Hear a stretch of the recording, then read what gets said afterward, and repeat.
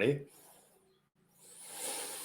Wow, what an incredible night. The Hexakin community. The Hexakin community, for everyone who doesn't know, a bunch of absolute alpha males and alpha women.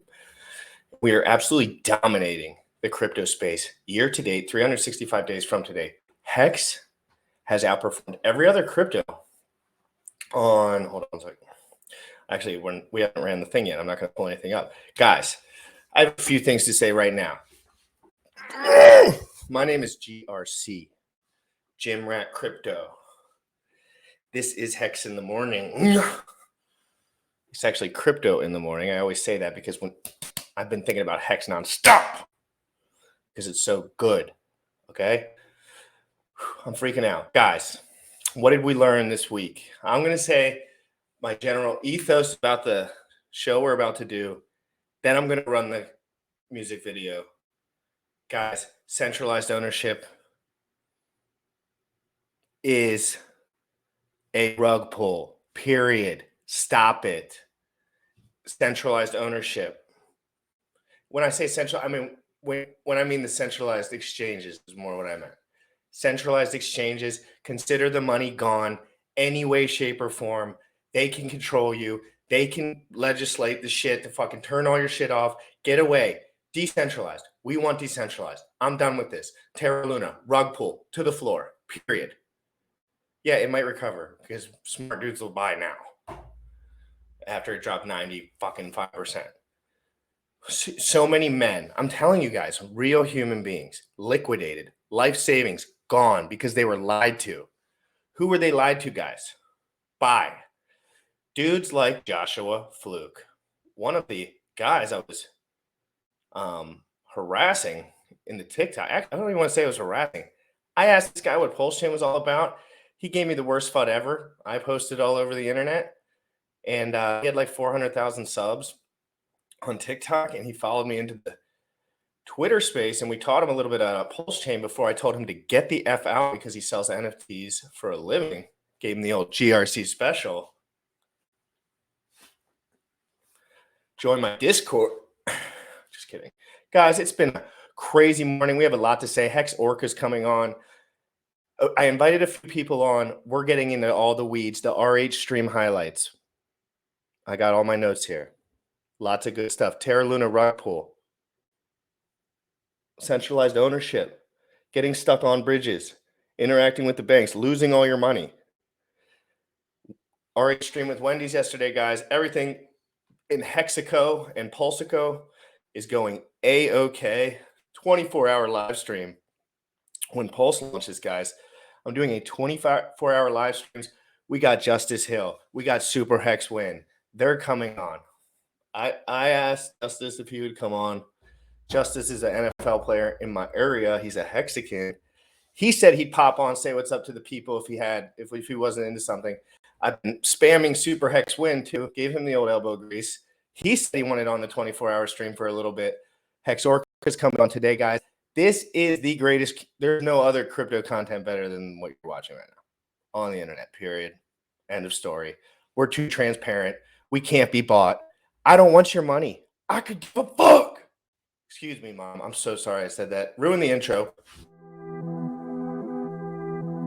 Young folks, you tripping on them motherfucker. Richard Heart. Richard Heart. Bought my Hex from the fucking start. Point one every day we mark. Bought my Hex from the fucking start. Sacrificing all this bread like I'm Richard Hart. Got paid on big payday and I had a hair restart. Now I'm checking on my pulse just to check my heart. Bought my Hex from the fucking start. Sacrificing all this bread like I'm Richard Hart. Got paid on big payday and I had a hair restart. Now I'm checking on my pulse just to check my heart. Checking my MetaMask moving. Look at the Hex, he is mooning. Looking at why they be choosing.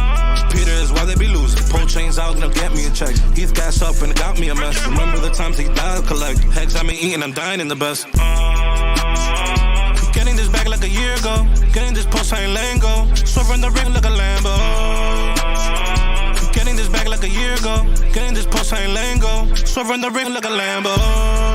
Buy my hex from the fucking start. Girl flexing on this bread like I'm Richard Hart. Got paid on big payday and I had a hairy start. Now I'm checking on my pulse just to check my heart. Buy my hex from the fucking start. Sacrificing all this bread like I'm Richard Hart. Got paid on big payday and I had a hairy start. Now I'm checking on my pulse just to check my heart. Richard Hart. Richard Hart. Richard Hart. Richard Hart.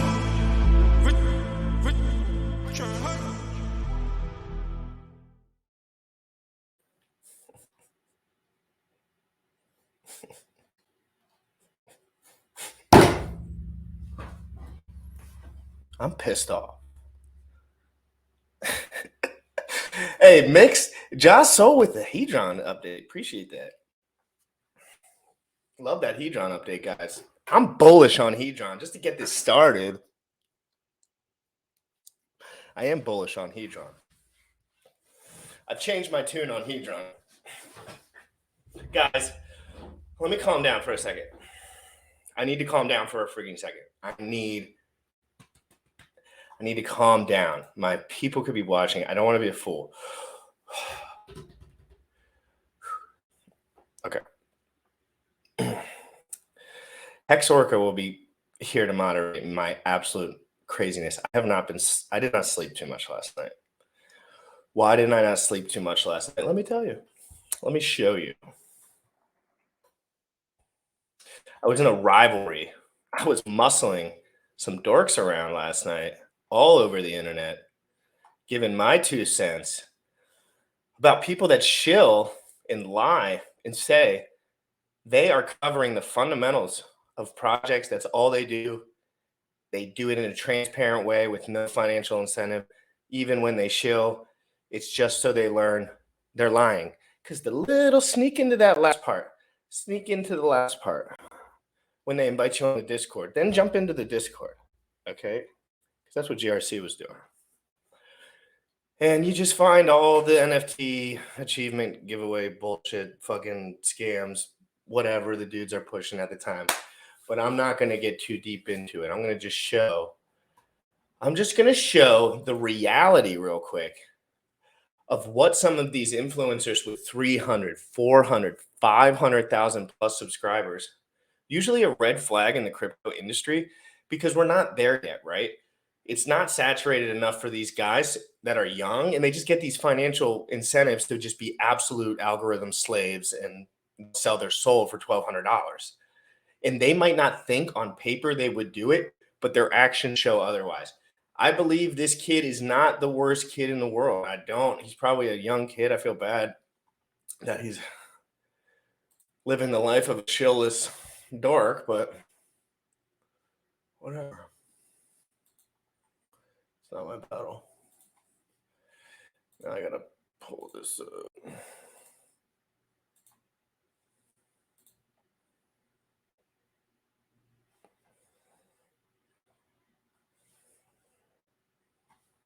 My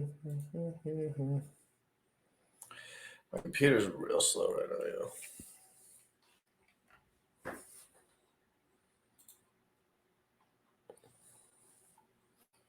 All right.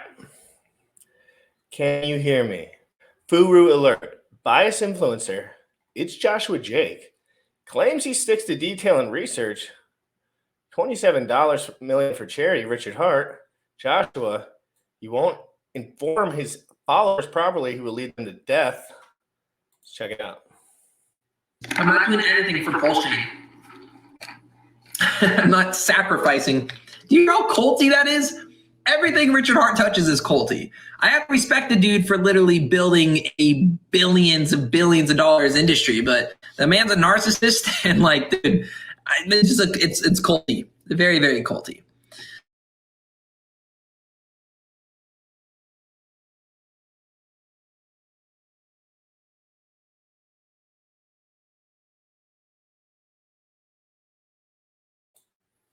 Okay, so that was the first statement there he made. Not a big deal, right? The whole culty point. That's fair. I'm a bit of a nutcase myself. I mean, this isn't a cult. We're just making more money than this individual, but he believes that it's a cult because I don't know, because we're all aggressive about the truth, and I guess it is a cult. But that's not the point. For the first time in the conversation, he stepped away from the detail. He had all this intrinsic detail about all these products. And then he asked everyone in the comments, everyone was posting what kind of crypto they liked, and I wrote pulsechain. I'm not sacrificing for pulsechain. So I started poking at him a little bit, okay? And then we got a little bit further down the thread. Coin vector space went from $18 to $1. Yeah, it also went from $3 when I first talked about it to $22. So that would have been literally a 100, not even 100. That's a 10x, not a 10x, but you get the point. Well, no, it's like a 7.5x. That was still one of my best calls to date. People don't talk about these. Right, pull that down real quick, but keep it up. Okay, guys, listen to what he said here. I was doing a little voodoo with him. So I pulled up one of these coins that he was mentioning, right? And at the time, it went from $21 to $1 at the moment. This individual said just live right here that vector space was his best call to date. This dude has 400,000 subscribers on TikTok. He said vector space was his let me full screen myself for a second so I can get this across. He said vector space was the #1 call he's ever made. And then off his tongue, he said 100x, because that's what he probably tells people in his fucking head, but he's lying because he immediately caught himself and he said, so he was like 100x. Maybe a 10x. Well, actually, let me do the actual number. His best call in history was a 7.4x from his call to the top, and it was roughly down 2,000% from the moment. And he had tweets saying it was time for liftoff. So Joshua, if you're listening to this, stop what you're doing, and you don't need money that bad to sell out your whole career. Learn how to look at things objectively and see which one's the best. That's why you're so fogged right now, young man. Because you're not seeing clearly because of your ego and your judgment, because of the things you see in yourself and the things that you lie about. The things that you're lying about, that is where that insecure circle comes back to you. And then you project it on the only one person in the room who's speaking the truth, Richard Hart. So think about it. The one dude walks in. I get the same thing all the time. I'll be the one guy to walk in a room and say something like controversial, and people will just say, I hate you. But everyone really knows deep down I was the only one being honest. It was just controversial. And nobody wants to say that shit. So anyway, let's go to the vector. Can we, I want to watch that one more time just to examine that. Look at his body language. Coin vector space went from $18 to $1. Yeah, it also went from $3 when I first talked about it to $22. So that would have been literally a 100, not even 100. That's a 10x, not a 10x, but you get the point. Well, no, it's like a 7.5x. That was still one of my best calls to date. People don't talk about the 6 months it was up. They talk about, or the 3 months it was up. They talk about the 3 months it was down. And I got stuck holding. I held it too. I fucking held it. I didn't sink a single dime, which was one of my biggest regrets.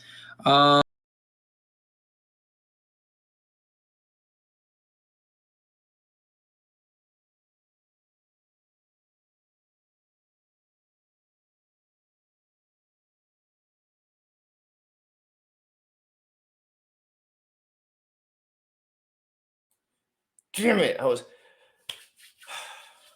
Joshua, if you're watching this, I'm just working here, buddy. I'm just working here. You're the one giving me all the information.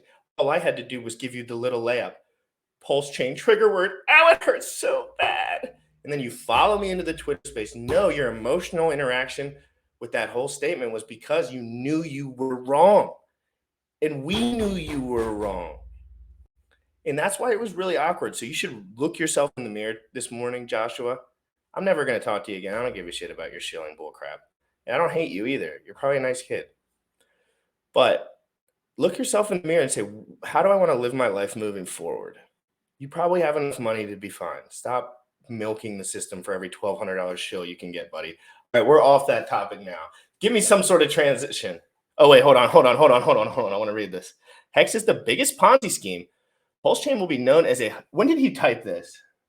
Oh, my God. I had no idea he posted that. I was just totally trolling him for random. Hex is the biggest Ponzi scheme. Pulsechain will be known as Hospice Chain. Everyone go to my pinned tweet right now, the one with him, and make sure you give him a little message. Let him know exactly how you feel about his 400,000 subscribers on TikTok getting misinformation and led to crypto ruin. And when I say crypto ruin, right now, $26.5 billion is getting nuked to zero on the Terra Luna centralized dictatorship, clearly, because that dude can do whatever the fuck he wants. Mr. Quan. He went from being a smart dude to a freaking rug pull scam artist in about 10 days. Arbing his own system. Those guys know exactly what can potentially occur within their system. I know guys that know that shit. And so let me read some comments, guys. Let me cool down with the I need to get in the comments real quick. Woo! Woo! Woo! I'm jacked up, guys. Morning GRC, guys. I'm going to just start here and go down. Mexican Tattooer, how are you doing, my friend? It's great to see you. Sweaty Hexagon, 7.5x. His best call ever. He said it. Hey, you heard it here first. One of his best calls, Vector Space. If you sold at the top, you had a nice 7.5x for about 10 minutes. If you had a limit order in and some magical crystal ball to tell you the top was in, but he was probably telling everyone it was just getting started. You remember that, Joshua? It's just getting started. I want you to hear me, Josh. And I want you to understand that you can do better, young man. And this can all get behind you. People forget this shit in like a week, dude. Don't worry about it. Crypto Crusader would have been LOL. Anybody can scalp a shitcoin. Look how many are scalping Luna. True. Bradley Lincoln, great to see. Oh, Bradley Lincoln, thank you again for the $10 super chat. I very much appreciate you. Thank you so much. I was very much in my zone for a minute there, sir, and I appreciate it. Did you follow up with the Luna guys from the live stream? No, I try not to get involved in people's lives when they're going to zero because that could be catastrophic, and I don't want to hurt their feelings. And I seriously, guys, leverage is bad. I want to say this real quick because I was a gambler, like all crypto shit aside for a second. All the tech, all the people know all this. I was a gambler for 365 days straight of my life. I decided to embark on a journey of gambling. It was a good idea at the time. And I promise you, it's no different. It's no different. It's literally the same feeling you get when you go to zero from getting liquidated from a third-party centralized dude who just decided to totally switch up his whole protocol in the middle of the whole thing and then sell all the Bitcoin at a loss in the bottom of a bear market. Like, it's just, that's centralized ownership. That's kind of like, as I get more into crypto, I'm just learning, like, I want centralized nothing. It's possible, right? Of course. Like, I'm sure there's like things to get on and off ramp. Guys, we have an absolutely special guest. We're about running on 2 hours of sleep combined. We're absolutely jacked up. We've been interacting with so many plebs in the last 24 hours. I don't even know if you could put them on a chart. Like, it's just unlimited plebs with no brains. And it's Orca's literally tearing them down with a freaking mowing 50 cal, just freaking Gatling gun. And then everyone's memeing him on the way to the top, guys.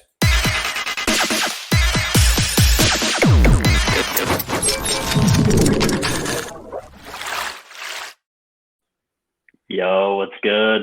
Where could we even start this? Madness, dude. It's been absolute madness. What were you doing about 9 hours from this moment ago? What chats were you in? What was the general topics? First of all, buzz was in the air. I know good press, bad press, all press. There was press last night. Yes. Let's Yeah, call it- there's a lot going on, dog. So like we had the Luna situation continues, right? So cascading liquidations. And that's going to continue happening like throughout the rest of the week. And then bro, I was ready to go to bed. Like for the first time in days, my body told me I was tired and it was like 8 p.m. And I was like, this is awesome, dude. I'm gonna go to sleep like a regular human being and I'm gonna get so much sleep. And then I degent and I turned on the Lord of the Rings extended cut, which is like 4 hours long, and I had every intention of watching the whole thing. But some dude, the CEO of Saitama, had a Twitter space open, and at the title it said like, "Hey, fudders are welcome." I was like, "Oh my gosh, thank you so much for like, actually being willing to take criticism for your trash project." And so I went into the space, dude, and for like 4 hours, I was spamming emojis. I was DMing the guys on stage. I was trying to reach out to the CEO in his DMs, and like they wouldn't let me on stage. So yeah, dude, I spent all night getting absolutely even with the Saitama crowd. Not like the plebs that got wrecked, but like all the people that are herding them to slaughter and stuff like that. Saitama, for the people that don't know, is some wild S coin that I don't really know much about other than they have a fire music video. No, seriously, though, this video is like transformative. It literally is like brainwash 101. Like if you were to like go to a psychology class with the brainwash with the plank over it, like that was the class. Like the first thing they would show would be the Saitama music video. Like it's a good Yeah. prime example. It's not too good, not too bad, but it's like it's just like they get to the nuts and bolts of brainwash. It's just like it's so stupid, these marketing tactics. They just take on the people that don't want to learn, right? The people that are Yeah. close enough in and close enough out. Yeah, man, it's like so I've put the blame on SafeMoon. Like they orchestrated the modern day grooming to like get these people to believe that anyone that talks any criticism about a project is fudding. But like there was one guy that stepped up he got the mic, so like he did the Lord's work, and he called them out for being just a total rug. He said it straight up. He said it as straight up as you could say it. Yeah, man, and he went right after him, and he let him know like it was a total shit show the way that they're running this thing, and they've doxed enough of the devs' wallets that they know that devs are dumping on their heads and stuff like that. And so finally, I like called out a guy who was gatekeeping me off the stage. And dude, here's how lame these guys are. I'm trying to watch my language, but these guys trigger me, so it's like I'm fighting all the violence in my blood right now. So the dude pretends that he didn't see me DM him during the massive space that had 2,000 people in it. And then he DMs me towards the end and goes, "Oh yeah, I'll start my own space and you can come and talk to Saitama in there." I was like, "Perfect, bro. Can't wait." So he pre-fills a room with like 150 of their pleb followers that are just degenning into whatever Twitter spaces say Saitama. And then I get up there and I wait like 10 minutes to be able to talk. And as soon as I start calling them out for like what real FUD sounds like, but backed with facts and all those pesky things, like they just kept muting me. Like they wouldn't let me talk at all. And so what they would do is they would mute me, and then they'd all like hop in together and be like, "Oh, you're a loser," and like try to bully me, like because they just couldn't handle any of the facts. And so eventually I was like, okay, I got rugged from the space. I started my own space, and I invited the guy. I invited Mr. Tough Mute Button guy, and no show. I made sure he saw it, man. I DM'd He was it. absolutely the most liberal fruitcake I had ever met in my He life. was 100% a fruitcake, bro. Super soft snowflake status, just not Anytime any something got testosterone. controversial, he would undercut the whole conversation immediately. Just like Super low T. by like some social standard that he created for the Yeah, moment. dude. It's disgusting. It really is. It was disgusting, weak, Marco. dude. It was weak, bro. Everyone knew you were right, and even the dummies, dude. Because Dude, dummies, it's crazy how many Saitama people have followed me since this morning. So and like they're seeing the blood in the streets. You're going to change shit because you're one of those guys. You don't have anything to lose as far as socially. You don't give a fuck. Like, I mean, me neither. Okay. I'm like, dude, if my channel gets shut down, like that would be beat whack. But like, whatever. Like, guys, this is way bigger than what me and Orca are representing as a brand in particular. We are trying to put ourselves in a position where we can represent this brand in a way that at least people will listen. Listen, human bodies, listen, please. Warm bodies. Are there warm bodies around? Please stop talking and stop thinking. And just for 1 second, let's talk about the nuts and bolts of what's going on with these rug pulls. You know what I mean? Like, not Bitcoin, like that can get very, Sure. like there's many interpretations. But when we're talking about Saitama, I mean, please, it is Yeah, dude. selling. The CEO's there, everyone's being lied to, and everyone's just like scooping. Right, bro. That's what it is. So like it gets even crazier than even just like the lying CEO. So they think they're slick, but like I didn't start this life yesterday, bro. So they would bring people on stage, randomly selected people on stage, and mysteriously, of the 7 people that I watched get selected, all 7 of them, without any prompting from anyone in the room, fell into this logical step of, hey, maybe we should make like a V2 contract, like fork the contract and start over. And maybe that would be a good idea.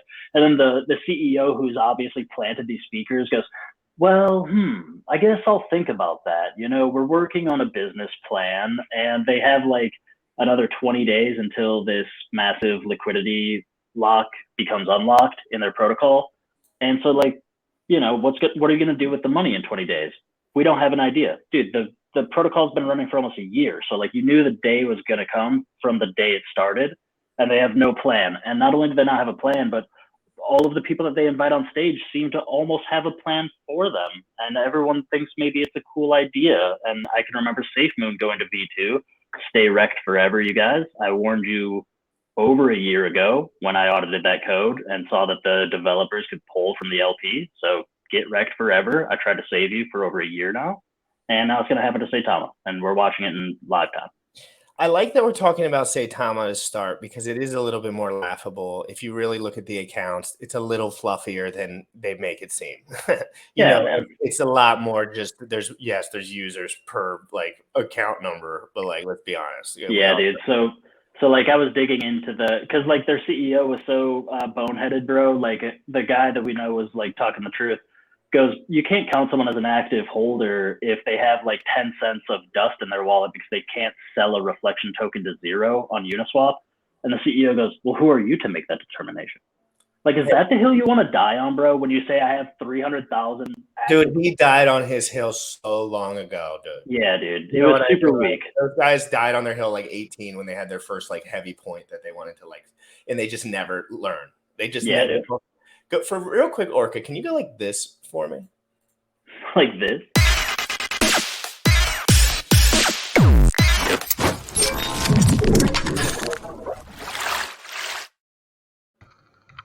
Yo, what's up? Oh, what's up, Tangent? What's up? What's down? Hey, Rome Dan, catch that transition. That was a sick transition.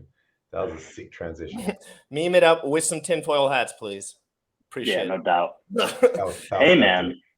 Bitcoin looking strong, bro. I'm doing great. I've had a heck of a day. Wait, whoa. Orca, quick. Oh, did I say that? Put the weapons down. No. I'm good. I know. I love bands. You're up for You've got to take shots. I want to have a constructive along with absolutely ego-breaking conversation, but constructive to say the least. I want to talk about a few things that I'm just going to let you guys fucking go at it. Yeah, but I'm going to bring up a couple of things for the guys. I've been covering Terra Luna in depth for 7 days straight before everyone else. Whoa. Everyone knows it, by the way. I was on that Terra Luna. Yeah. I was thinking, I saw some shit. I didn't know what I was seeing, but I was seeing something, and I had those guys on, and I was like, all I got from the whole entire conversation was counterparty risk. It's all that I felt the whole time. Every time they brought up another point about some other avenue within the Terra system, I said, it seems like there's way more counterparty risk than I certainly would like to dive into. And then the bridge to get out is as big as my Peter. And it's like, you know what I mean? And then a little bit of congestion, and it's like, oh, yeah. Zero, Zippo liquidated 100%. The dude bought in a bear market. I have smart rebalance portfolio bought on KuCoin.com that includes Luna as one of the coins. The way the bot rebalances, it has almost completely wiped out my entire portfolio. Oh shit, this is Tangent.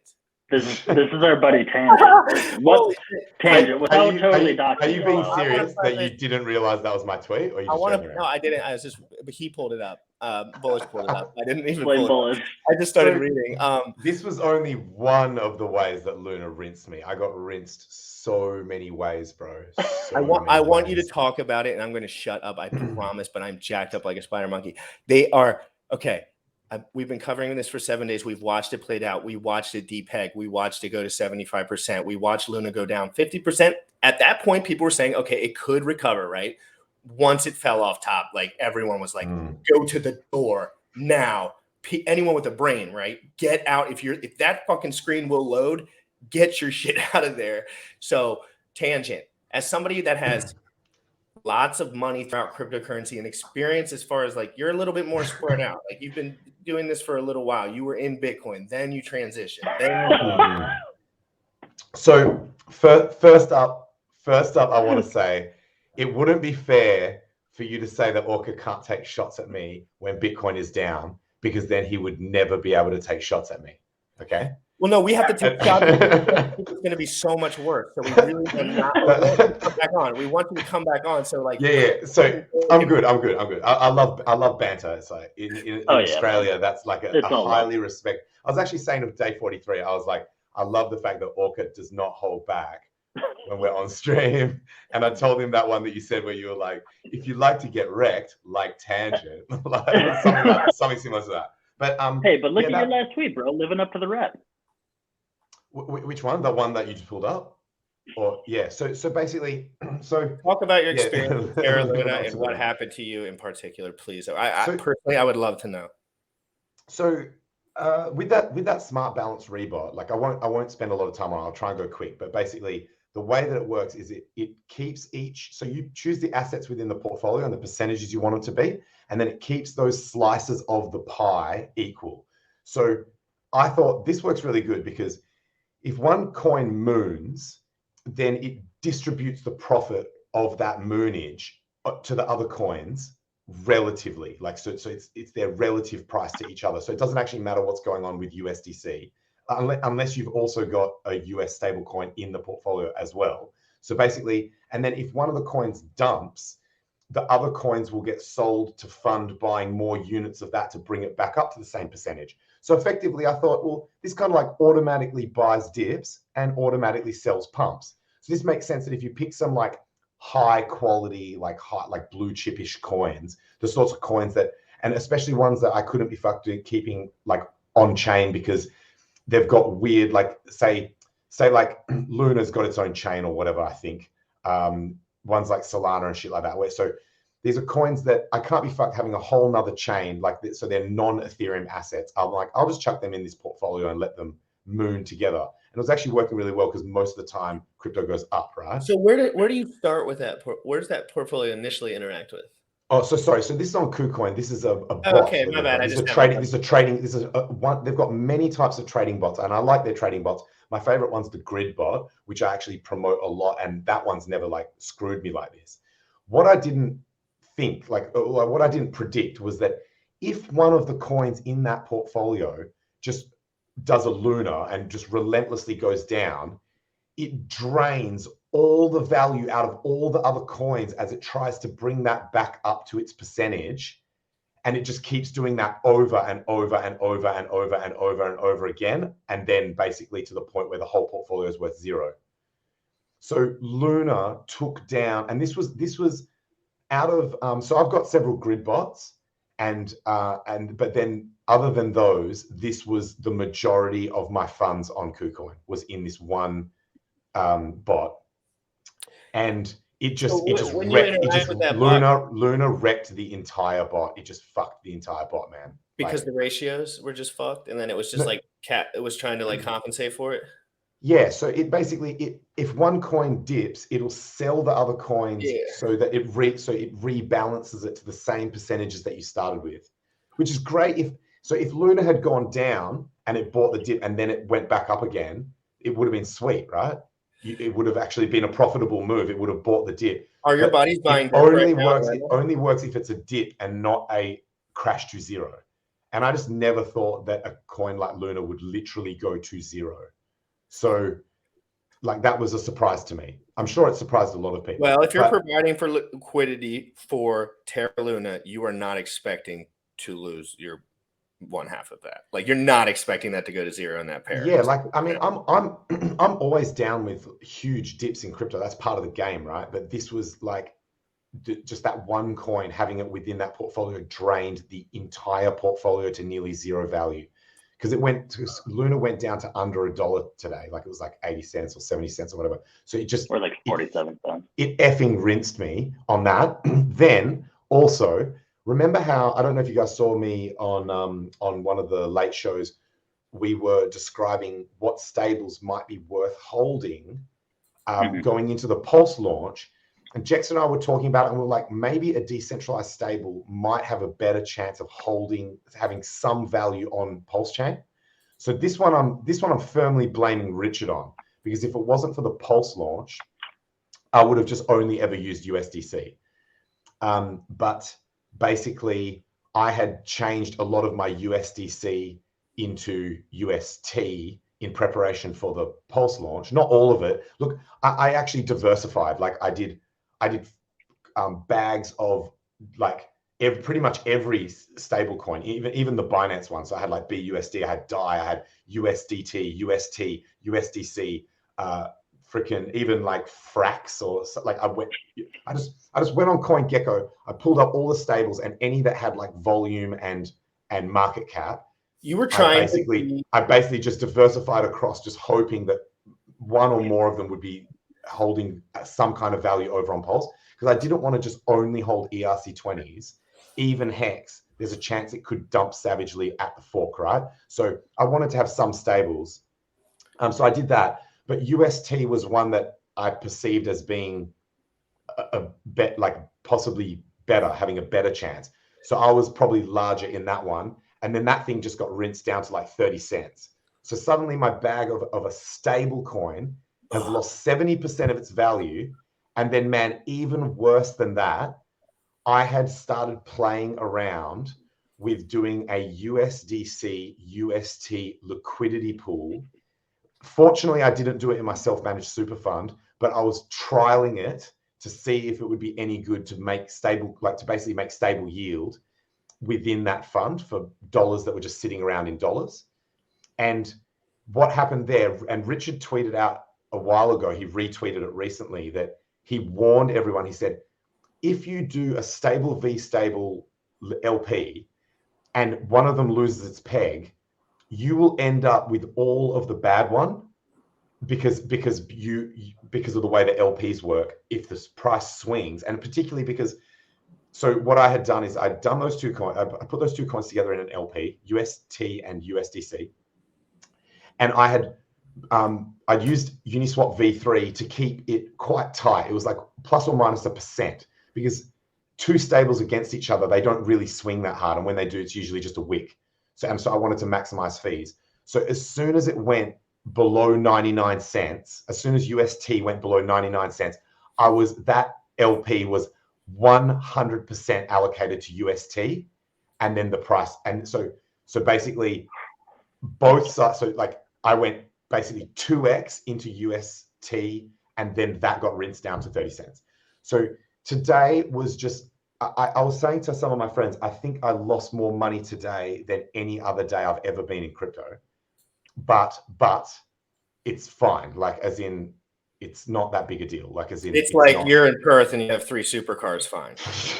it's like you say you're not not look, about it because there's many people starving around. Exactly.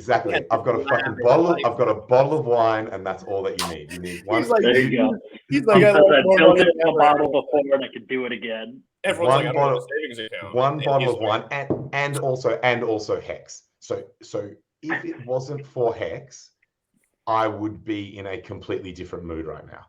Clip it. Like Hex. No, but I've always said that, man. I've always been a fan of Hex. You've always said that because all of his other coins are always. Oh, okay. It's for the so debate. Basically, Hex, I'm not going to deploy it. It's for the debate. I got to have fun in the debate. Hex,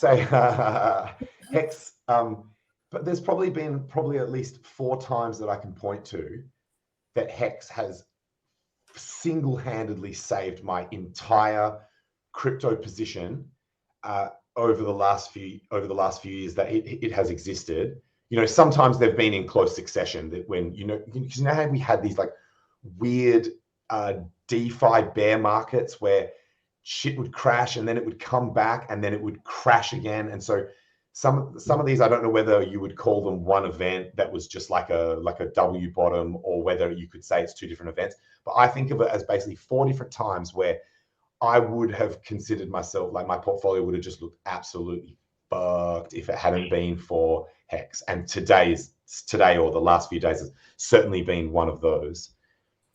Some of our portfolios only have Hex in them, which is great because it gives you no contribution to I still don't more. recommend that.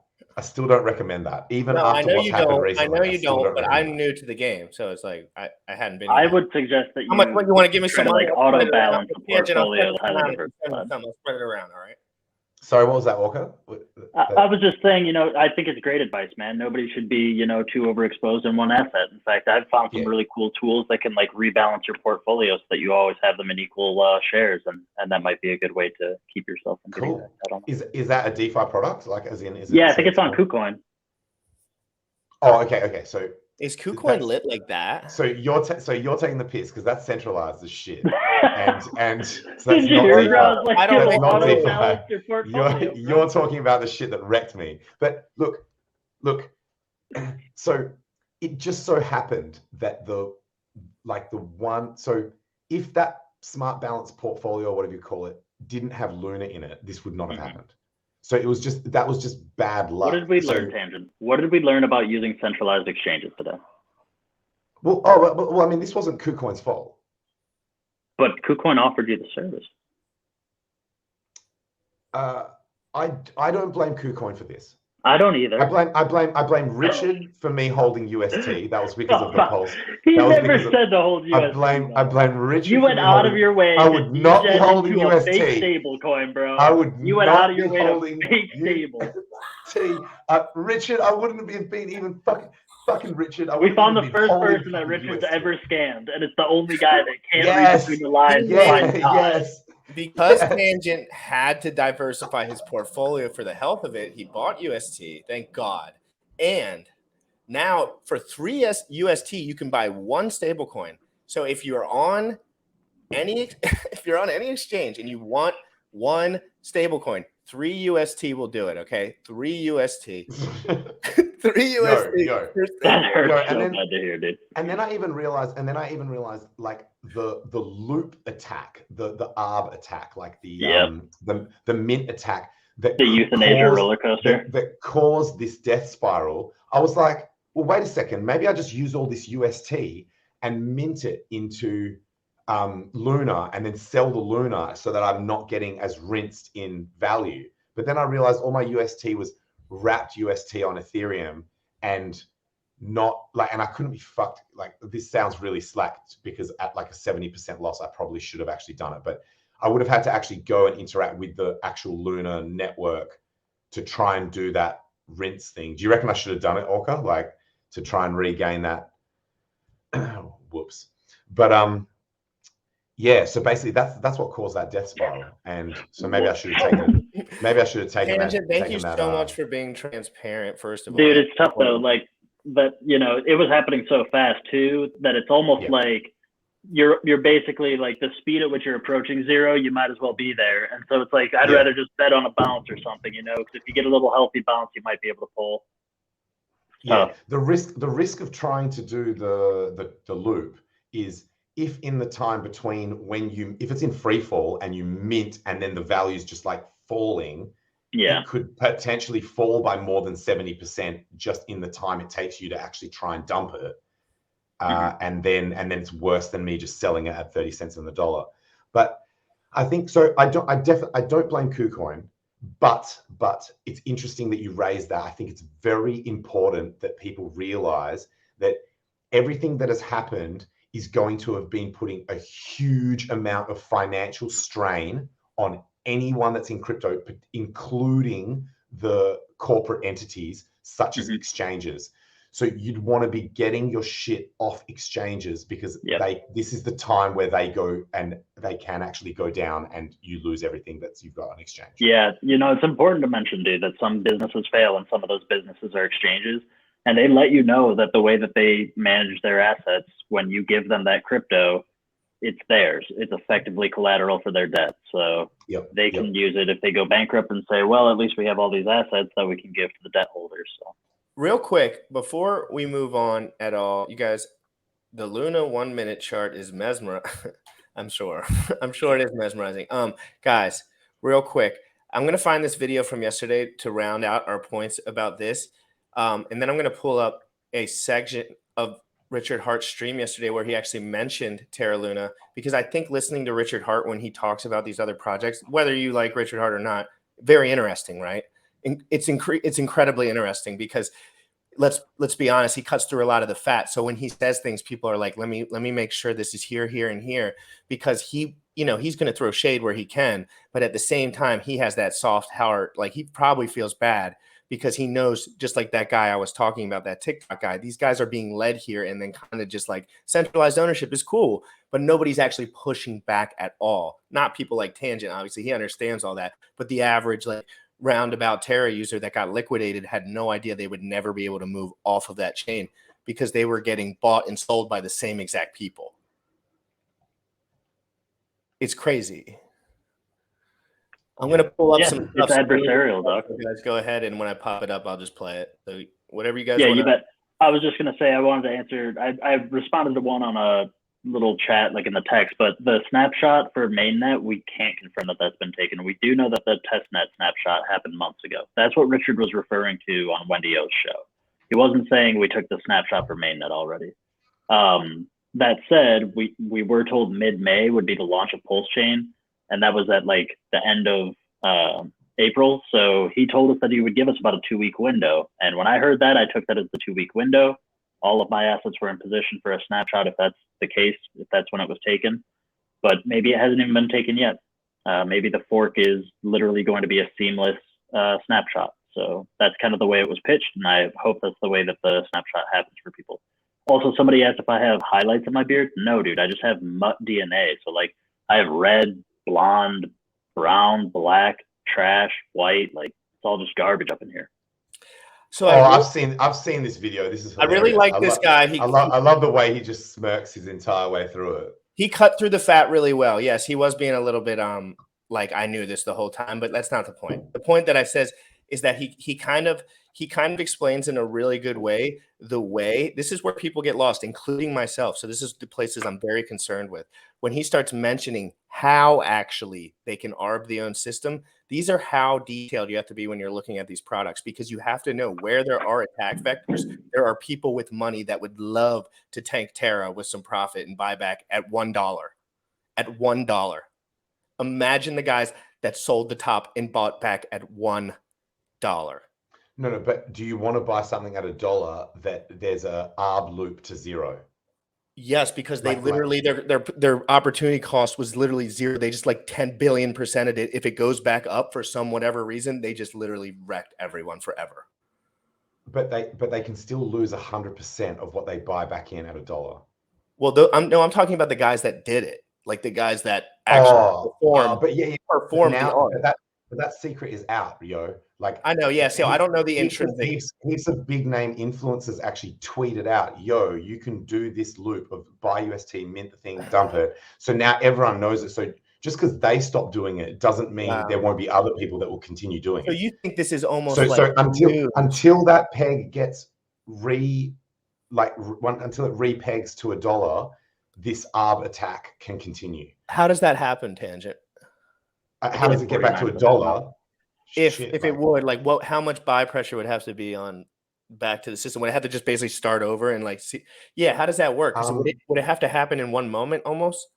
Well, I think the positive thing that can be said, actually, just based on that question you're asking, I haven't looked at the numbers, but I think this actually shows that this project was actually decentralized. Because if these pricks could have stopped the shit in any way, like paused it, repegged it, stopped people from doing the loop attack, like any of that, they would have done it. They were desperate. They would have. So the one good thing out of this, it appears that this was actually decentralized to the point where there was nothing they could actually do to stop people from just doing that attack vector. So let's pull this up real quick. Do you want to know the worst part? Sure. It's broken at a more basic level than we've even discussed here, right? Like we're discussing how the economics make no sense, but like the actual protocol design for the cryptocurrency makes no sense. And Do Kwon in Terraform Labs can effectively kick other nodes out of consensus for like the blockchain itself. So in order to be a validator on Terra, like on the Cosmos chain that's actually running all this, you are expected to participate in the Oracle voting process. To help make this easy, Terraform Labs has provided their own Oracle price feeder that you can configure in your validator that will automatically post the numbers Terraform Labs gives you to the chain and vote on them for you, making the entire process vastly more simple. So, the vast majority of oracles have adopted this. What this effectively means is that no one else can run a different price feeder now, because if they vote out of band, like different from what Terraform Labs Oracle price feeder is suggesting, they will get kicked out of consensus, even if their number is right and Terraform Labs' number is wrong. And this exact thing has already resulted in erroneous liquidations on Anchor, the lending platform. And wait, I'm not done yet. Almost all of those liquidations were bought up by Terraform Labs, who was front running it because they didn't need to wait for the Oracle price to hit the chain because it's coming from their own feed. So they knew to immediately start bidding as these were liquidated before the values were actually posted on chain. It's when there was this massive multi-million-dollar liquidation. Terraform Labs is the one buying up all those collateral from the people they wrongly liquidated. It's fucking Arthur Hayes running a prop desk. Yo, can I say something real quick that video just reminded me of? I heard this on a podcast. This is epic. Oracles are not incentivized to tell the truth. They are incentivized to tell whatever they believe the majority of the other oracles are going to say, because that's how you get paid. You get paid for being in line with everyone else. So theoretically, the game theory should work out if it's very decentralized, so that, but if you've got collusion or like a majority ownership of nodes or any of that shit, suddenly you would be incentivized to lie if you know that the majority of the nodes are also going to be lying. Otherwise, you don't get paid, you get kicked out. But this is obviously an extreme example of this, where you are involving a high degree of centralization. But this is actually true of all oracles.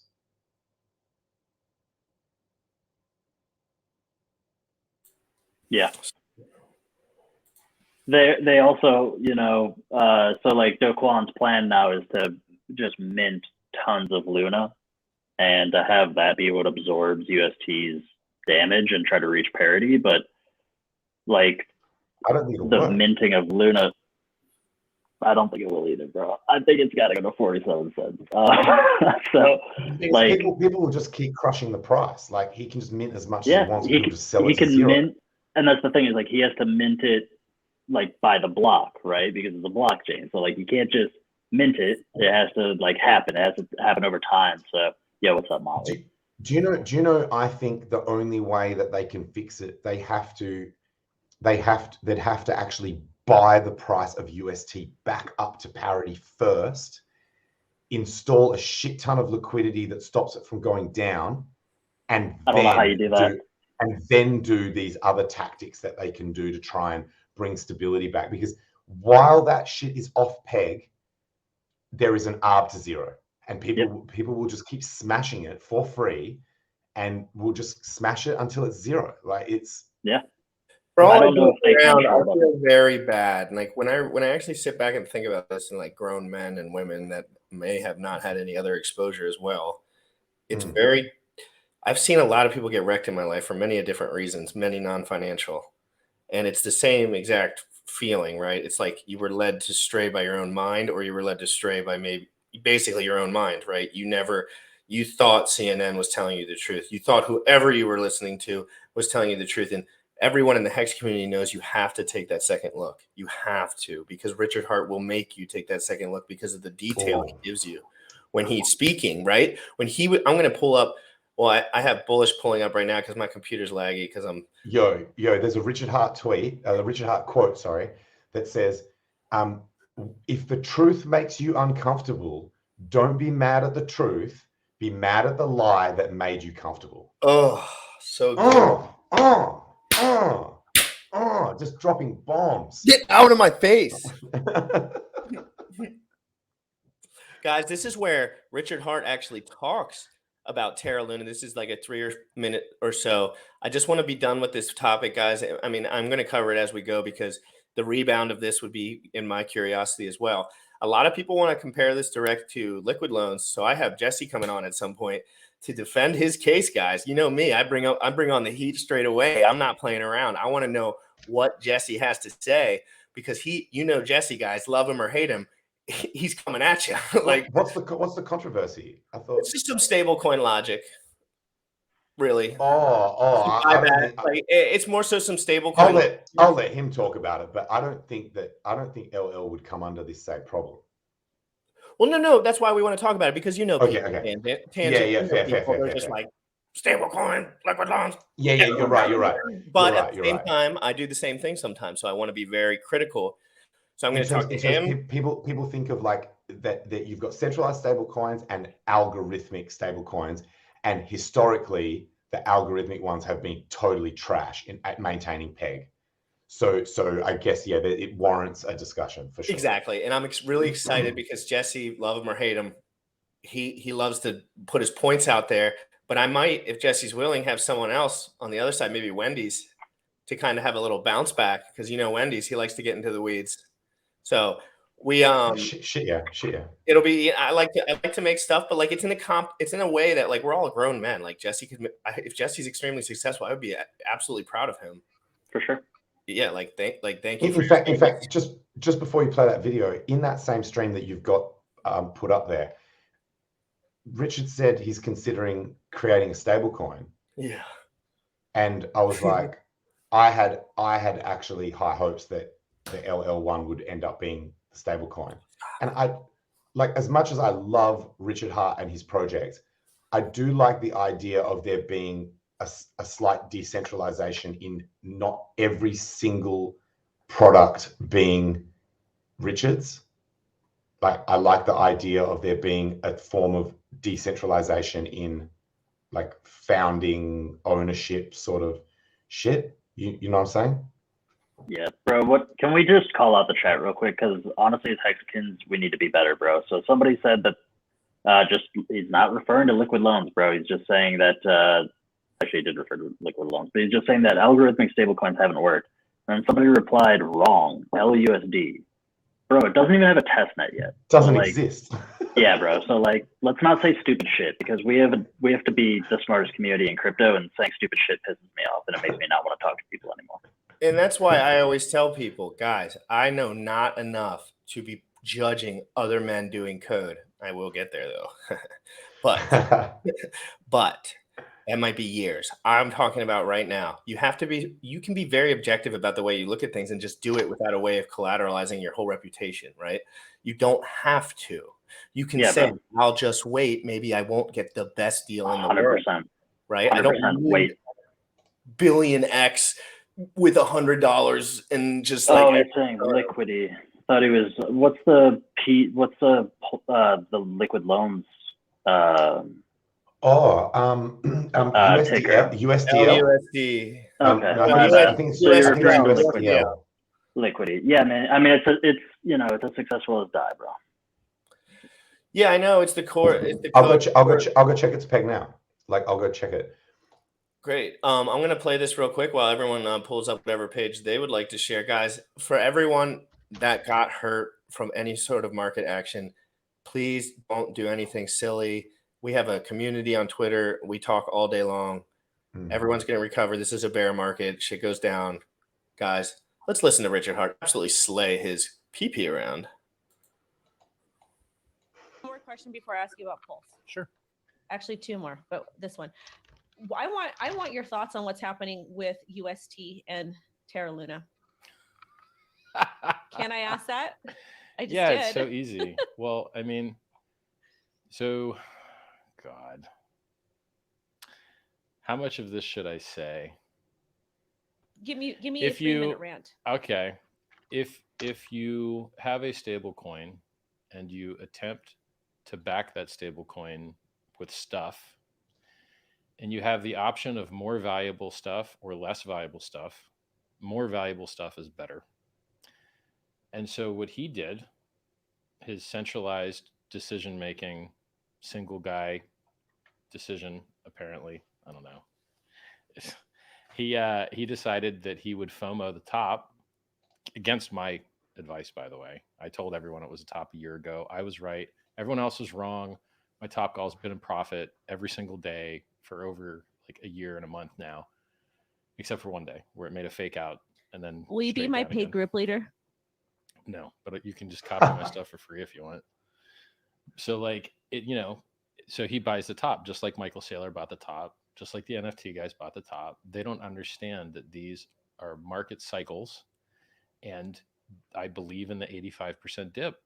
It happens, and I've been through many of them, and people just don't think they're possible. New paradigm. You're like, yeah, new paradigm, wrong. You guys, the noobs, bought the top, and who's going to buy after you? So, he takes his stable coins that he had and swaps them for Bitcoin. And then his peg gets attacked by a bunch of people selling the UST for other stuff. And then he has to defend the peg. So he bought it like 48 and sold it like 36. And so now he just has less reserves left. And so you cannot make the backing of a stablecoin stronger by getting wrecked trading. It doesn't make sense.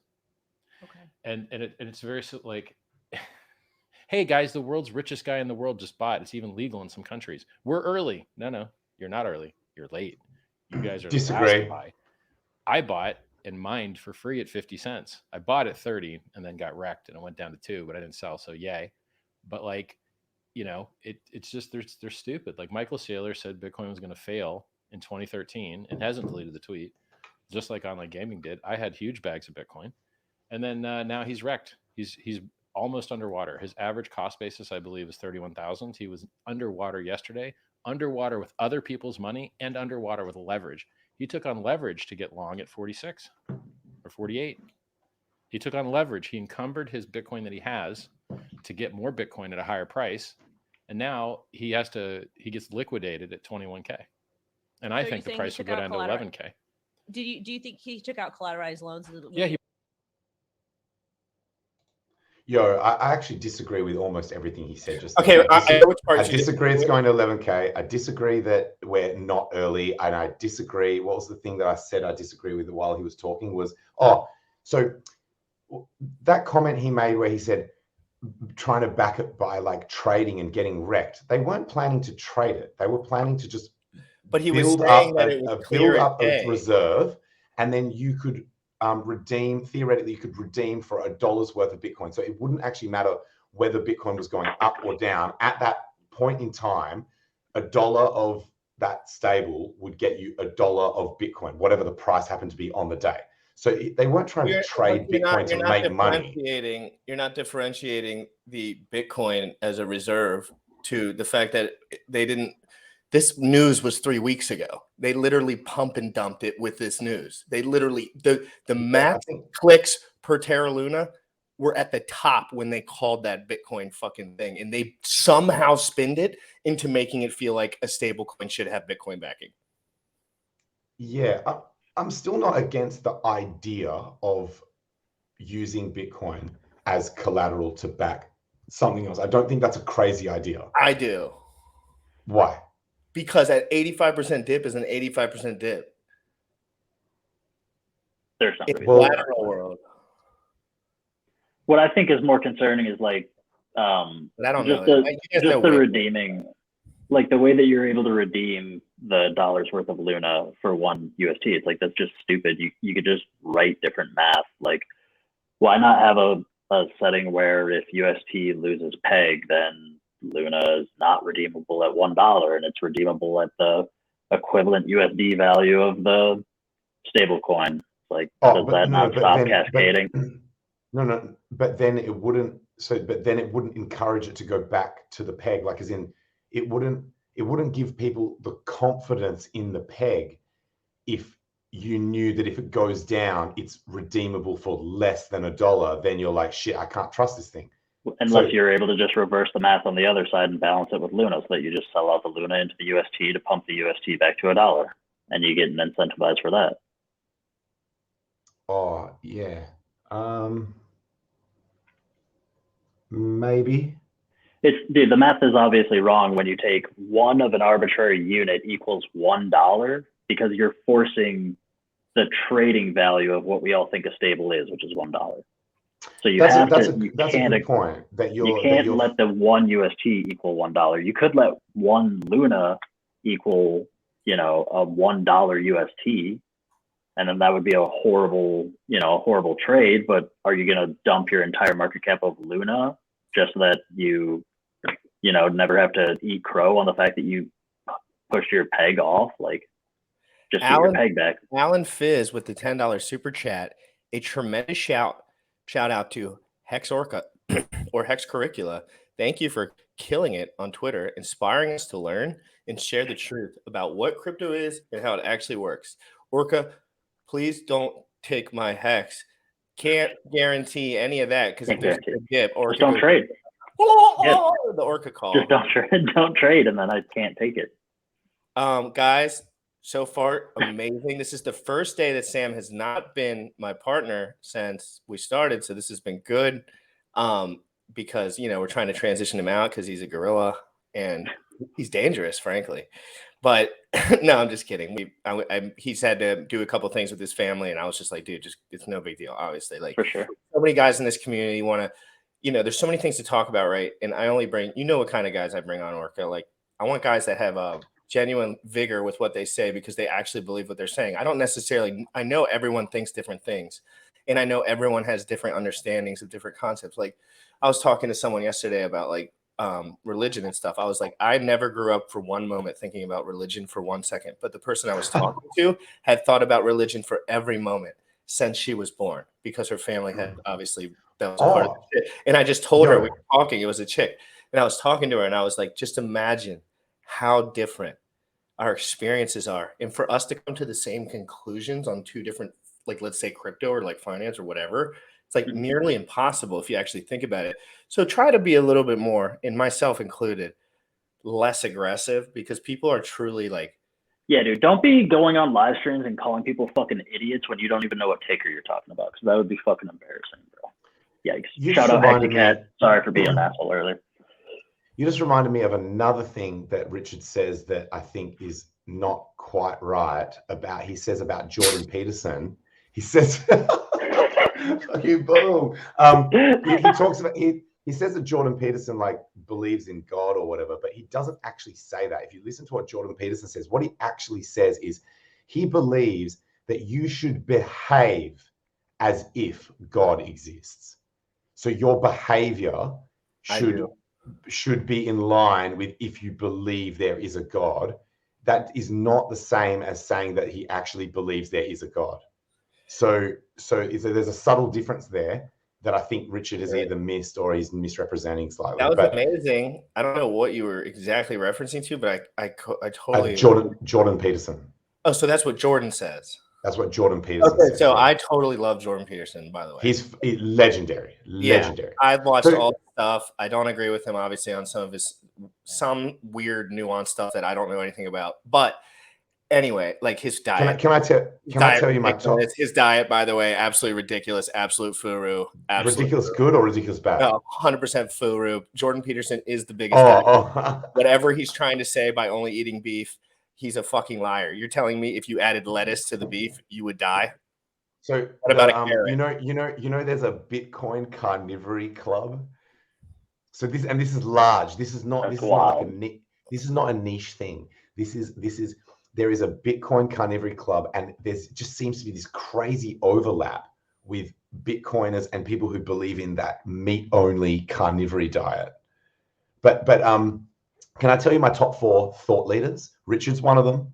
So it's not in no particular order, because you can't really compare these guys. They're not really in the same fields. Richard Hart, Jordan Peterson, Eckhart Tolle, Russell Brand. They are my top 4. My I don't even want to say mine, because I'm not. You don't have to say. Yeah, I don't want to say. You can just say you. My cards. Is Richard in your top 3?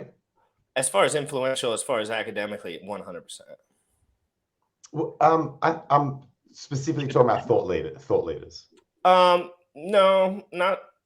I don't know what a thought leader is. He knows way more about crypto than me, but he clearly doesn't know more about diet and shit. It's like he knows some shit, but he knows other shit I'm sure he doesn't know at all. But he's talking about the shit that he knows all day long, the stuff that he intimately researches in his free time.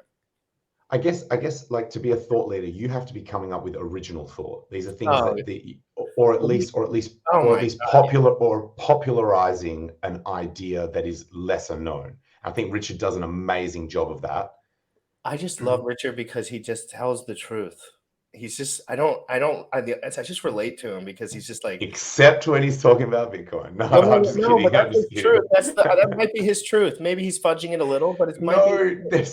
Oh wait, I get you. No, like everyone fudges a little towards their bias because that's just nature. You can't always self-regulate your bias, but you can be honest, right? Like you can say the correct verbiage along with being a little less intense toward whatever negating points. Did you see the Alex Lorenzo video or whatever where he's like, if pulsechain launches now, it's going to be a total fuck up. Like, so I tweeted out, I said, you lost me at this is my truth. Because whenever I hear anyone say this is my truth, I'm like, nope. But I wasn't bullshitting. At that point, I stopped the video and did not watch another second.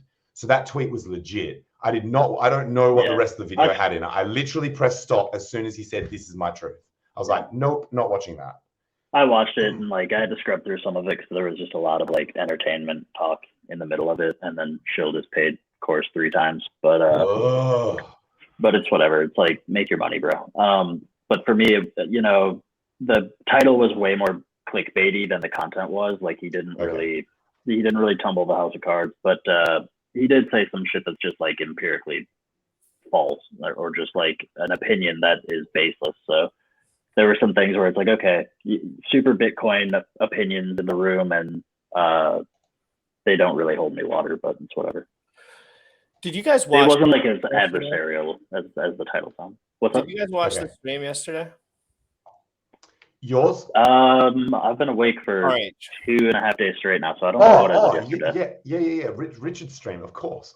I'm gonna say I stayed up for it, man. I'm gonna say a couple points for it, and then I want you guys to go on about any maybe things that you took from it. So, the one thing I wanted to say first was about Wendy. She was absolutely wonderful. Okay, I don't know if she was shilling or whatever, but like I wasn't paying too much attention. But her timing and her tone with Richard was absolutely marvelous. Marvelous.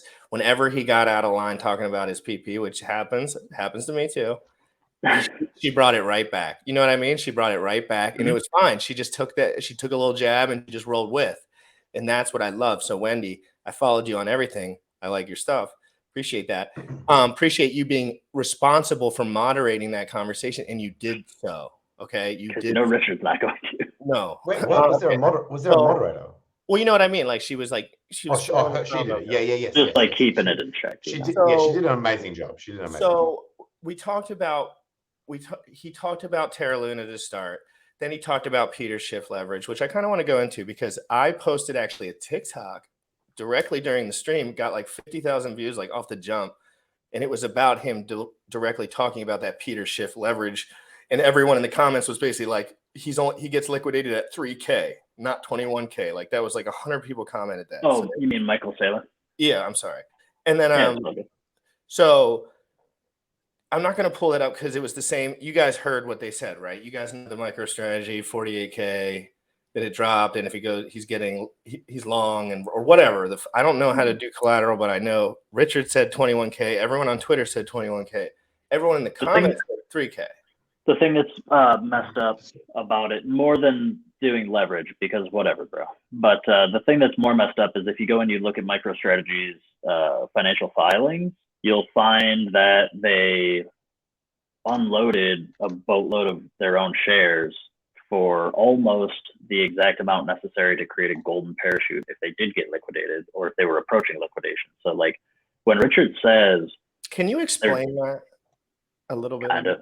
Yeah, I'll try. So sorry, Richard says, you're good.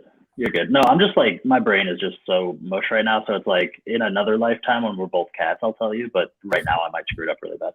But so when Richard says like he's gambling with other people's money, he means literally, like he's literally cashing out shares of MicroStrategy so that he can put up the collateral for going into these leverage trades.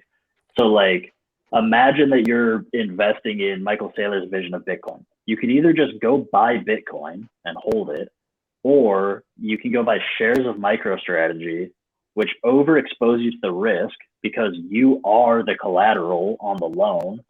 And then you just have to hope that his trade works out.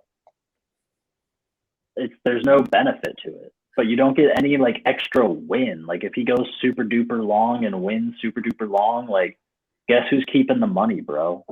Like it's not going to be a stock buyback. He might pump the price like 20% so the chart doesn't look like crap. And then there's no contract that says like that money flows back to the shareholders. It's totally discretionary. So he's gambling with other people's money and he's selling shares to be able to fund his own degenerate trading. So why does he do this trading if he loves Bitcoin? Yeah, it's a great question, GRC. We should get him on the show and ask him that. It's a really good question. Same, agreed. Why does he mislead the public into thinking these strategies are good? I'm saying this because I know the layup answer. So like, why does he?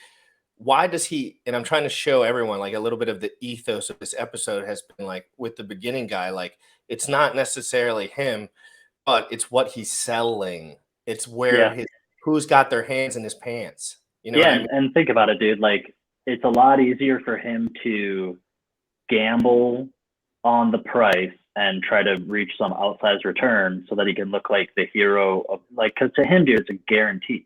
For him, it's guaranteed $1 million Bitcoin. So then it's almost like, well, then you have to leverage trade it because you're so certain. Like, why wouldn't you take the extra exposure? And I think that that's really good for headlines and stuff like that. So 21K is real low. I mean, it's down there. And he'll have plenty of time on the way down to 21K to like up his collateral. So like he's not totally, out of luck.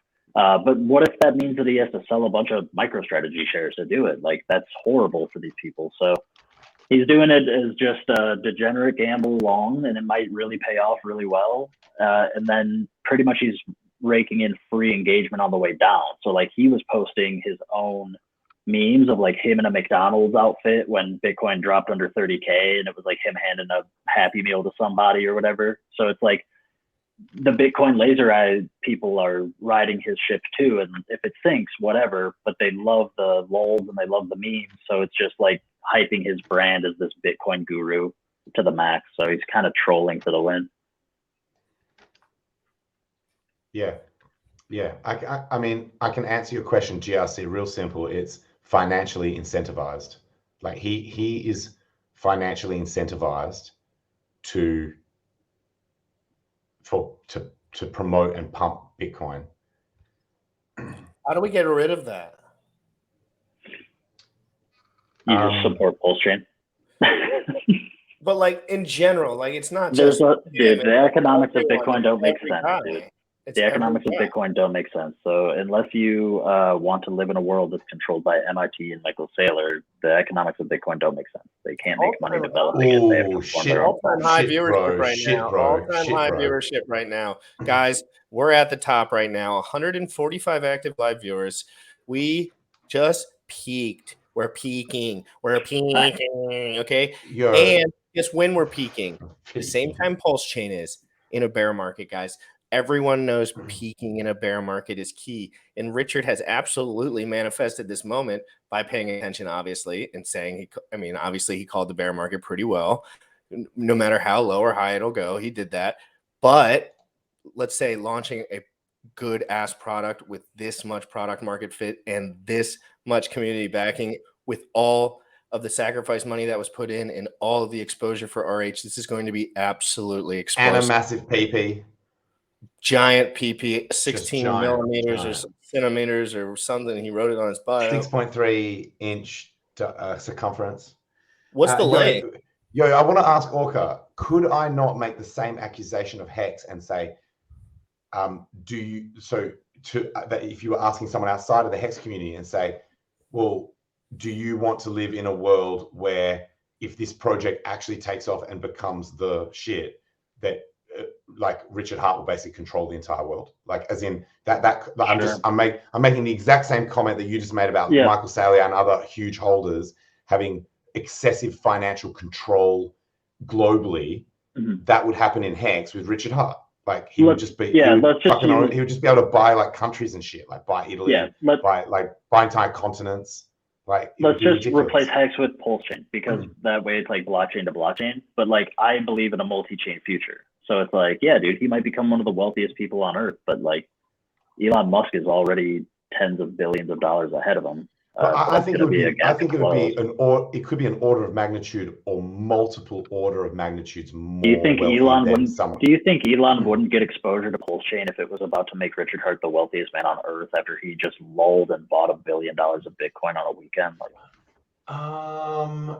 come on, bro. He might. Like, you think Elon Musk is gonna miss the best investment of all time? If it starts to go 10,000x, it's not gonna blip onto his radar before it goes to 6 millionx, really? Like, come on, bro. There's other people in the world that can also invest. That's a very fair comment. That's a very fair and at the same time, Richard can't get the preferred stock of Tesla. So it's like, can you guys grab your check? Tesla gonna keep becoming? Yeah, we don't know. Yeah, maybe they're doing like an indirect swapsy where Richard's buying in on Tesla and he's buying Pulse, like, without either of them even knowing it. Oh, we're stroking beards, are we?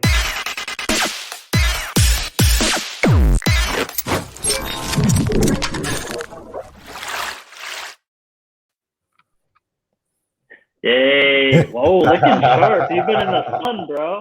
What's up, boys? Molly's been getting some sun. Motley, what's going on, man? Good to see you. It's hard to avoid it in Puerto Rico, bro. It's everywhere. Yeah, love it. Your audio sounds crispy, beautiful. Thank you, sir. So crisp. Yeah, I got this fancy little Shure mic right over here. So is he I hope so. Is he a little bit high? And don't turn it down yet in the comments. If he's just a hair high, let us know in the comments. But he might not be.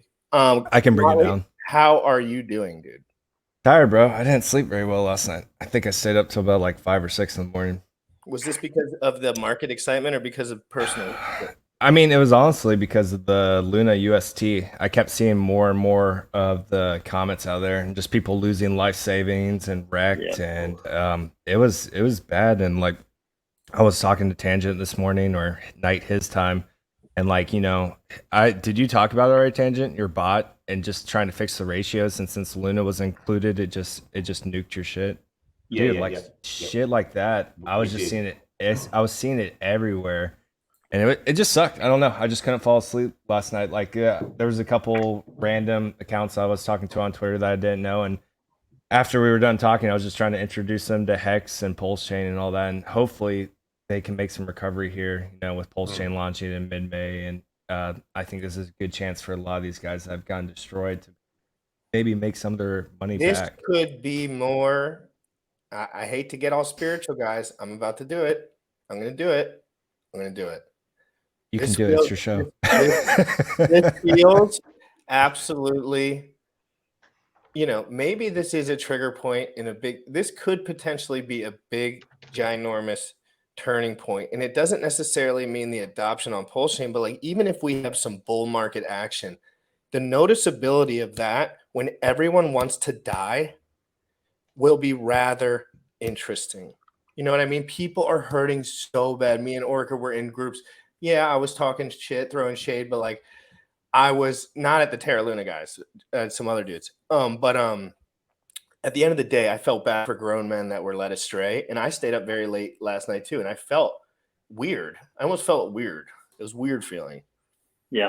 Dude, there were some horror stories. Like, I was in a space at one point where a guy came in and like he had just gotten liquidated for $600K in the Luna situation, and like, like you could tell it was something that he had been building for like 3 or more years and just grinding it up, building the bag, and then pretty much cascaded his way out without any real warning. And so like, obviously Richard called it out, and there are other guys out there that were trying to bring it to light, but when you have influencers or whatever that just constantly shuffle you towards the shiny thing and they don't give you the true information, it sucks, dude. Like, they probably wouldn't have behaved that way if they knew better, obviously. Dude, I was getting infuriated, especially with Rand Nooner's around the blockchains comments. He kept telling people like that it's a buying opportunity. It's like, yeah, it either goes to zero or you're gonna get some of the cheapest Luna coins. And I was getting irate.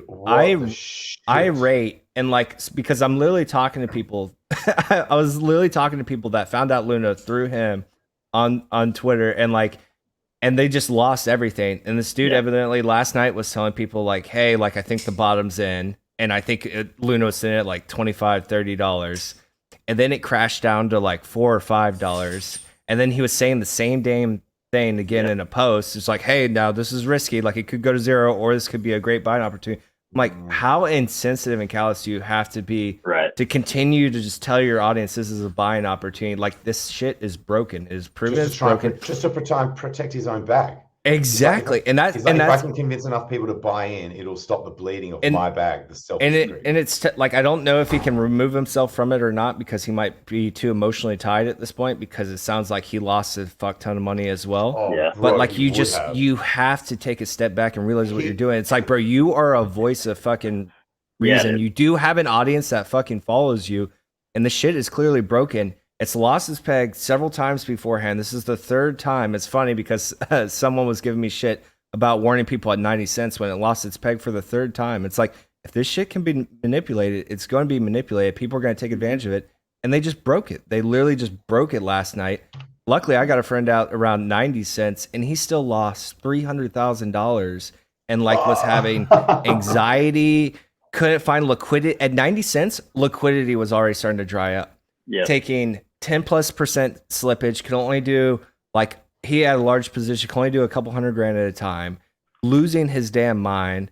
And like, and that's just a fraction of what people were experiencing last night. And that was at 90 cents. We started getting 70 cents, 80 cents, and tried to rally back up. Now I think we're sitting at 50 cents. Luna is like $2 fucking. That shit is dead. And to continuously tell people like, hey, this might be a buying opportunity, bro, that is so fucking bad, man. It's so bad. Like, you can't do that, especially if you have an audience. You just like, hey, this shit's done, it's over with. And a couple other my buddies that I streamed with not too long ago, Million or Moon, is funny. They made a post about saying they bought it like $4. So I was like, hey guys, like, I love you guys. You guys are smart dudes, but like, be careful posting that too, because you have an audience, and we have to think about like the people at this point, because this stuff has proven that it's broken, and people do listen to us for advice. There's people whatever happened to no financial advice, dude. Yeah, like, and they're desperate. And they're desperate too, right? Like, they want that hopium. So if anyone they trust is willing to give them just a taste of that hopium, they're going to take it, and they're going to hurt themselves even more. So like, everyone that bought $4 or $5 Luna like 5 or 6 hours ago, they're down another 50%. Yep. And so the bleeding just doesn't stop. We were talking about it earlier that there was a path that would actually force it down to zero. So it wasn't speculation, it was mathematical. So buying it at any higher than zero was a bad idea. So I think it was only a matter of time before it imploded. Yeah, that's right. Because if you think about the proportion between like it dropping to $1 and then it dropping to like 1 penny, it's like holy S. It's like a whole other set of like. You think you're getting a 99% discount, but it can just go down another 99% from where you bought in. Yeah. And how brutal is that? And like, remember this, guys. Most of us that have been in this space any length of time has gone through this in some shape or matter, right? So like, remember how that felt. Like, not like some this. Like this. Kind of. I was saying nuance and wreckage. BitConnect when the UK government, when the motherfucking UK government came out and was like, this is a motherfucking Ponzi, we are shutting it down. So this is like an entire government calling it out for being a Ponzi. It did not crash as quickly as Luna did today. And Luna was not an outright scam. It was just poorly coded DeFi. Like, as in, you know what I mean? Like, BitConnect was an actual Ponzi scheme by definition, and it did not crash this fast. So I've never seen anything like this. In my Well, entire I mean, time that's in what crypto, happens when this the is code is like cooked to kill the project, bro. I mean, it's worse than being called a Yeah, Ponzi. good It's point. like, let's just arbitrage ourselves into death Hey, spiral. Jesse wants to come on if it's a good time to ask any questions. I mean, Yeah, dude, I'd bring rather him in you because guys my ask the brain is questions mush. than me, So, probably, so you can be a Who? little more detailed.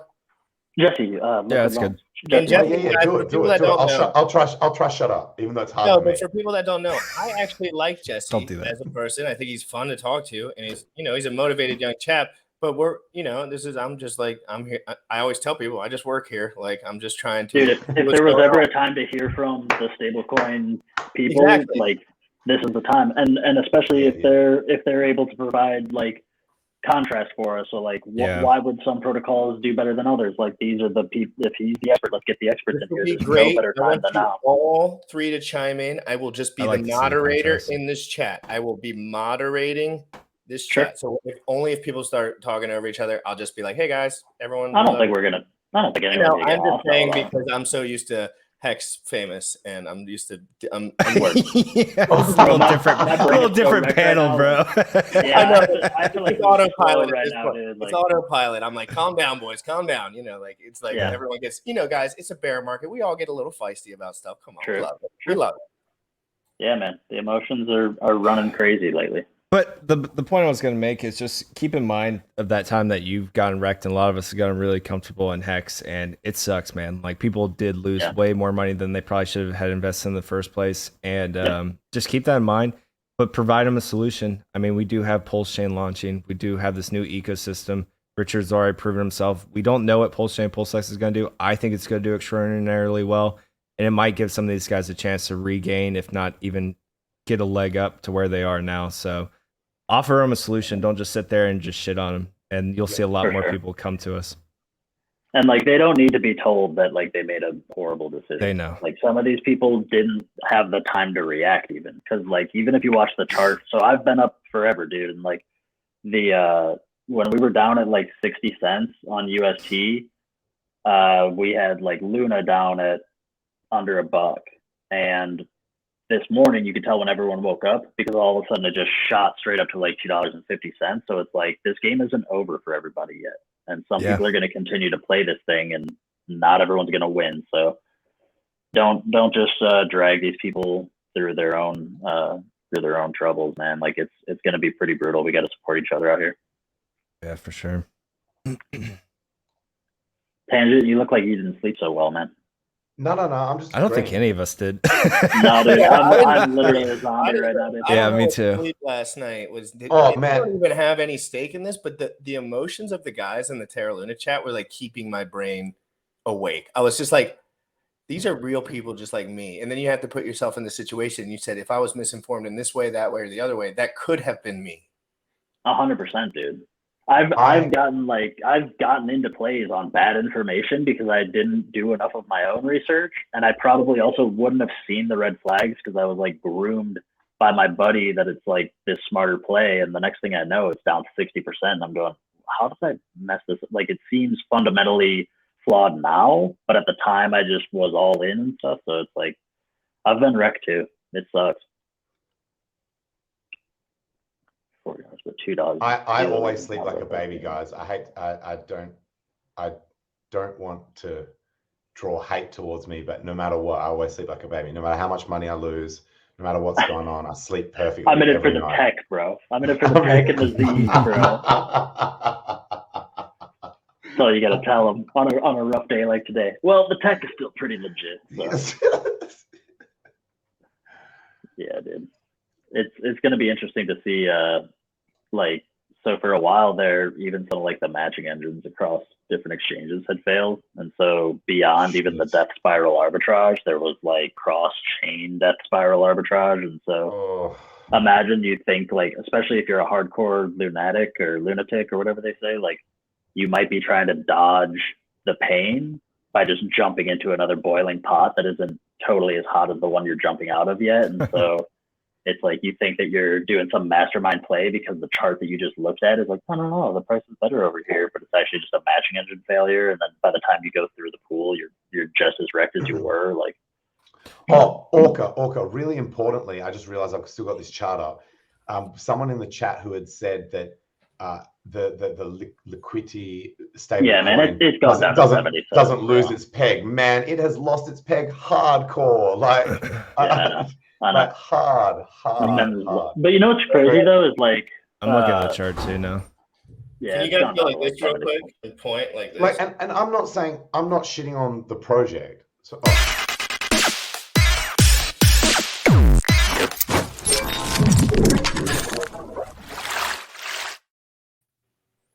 Oh, we were done playing. Okay. What up? Jesse. What's going on? How I are can take you doing today? Good. Are you Dude, I feeling could take good? a nap with your background, dude. It just seems so soft and light, and I haven't slept in a long time, so I'm like ready to just float in the bubbles, bro. So it's super unfortunate what's happened with Terra. If you go into the Liquid Loans Telegram, go all the way back to October 23rd, I talk about how Terra was broken and how it would fail. And that's exactly what happened. On the stream the other day, you had some Luna guys on. I tried to give the same warning. I said this is broken. It doesn't work. And it's very simple. The reason why a lot of these stable coins don't work. They're not fully backed. They're fractional reserve. There's nothing backing the value of the thing that's being minted that they call a stable coin. So when there's a bank run or there's lots of people trying to exit, they can't. There's just nothing there for them to get in return. The founder of Luna, you had all those coins that were supposed to be burnt, and instead he was just buying up Bitcoin with the claim that, oh, that's additional backing. You can't algorithmically back a coin on one chain with Bitcoin that resides on its own chain over here. It's impossible. It requires human intervention. Even if it was to work, there's counterparty risk there. There's a human that has to do something to make it work, but he has to further dump the price of Bitcoin. Jesse, in the moment when they decided to make that move, what was happening? What? And because obviously in hindsight, they knew this was fucked. So what was happening? Because they kind of sold that as like something that could potentially be positive, and it was literally like the top. Yeah, I think it was just a play to try and scoop up a bunch of Bitcoin because they thought, looks like Bitcoin's been a little bit sideways lately. We're probably at the bottom. Maybe it'll run back up to 60 grand or something. I think it was just another play, just like Michael Saylor. Hey, let's just scoop up as much Bitcoin as we can. And it didn't work out. Now, there are stable coins that function okay, right? So look at USDC. Now, I have issues with USDC because it is centralized. It's 100% owned by a corporation, but it appears there hasn't been a really in-depth audit, but it appears that maybe every USDC is fully backed by fiat dollars. They have some in paper.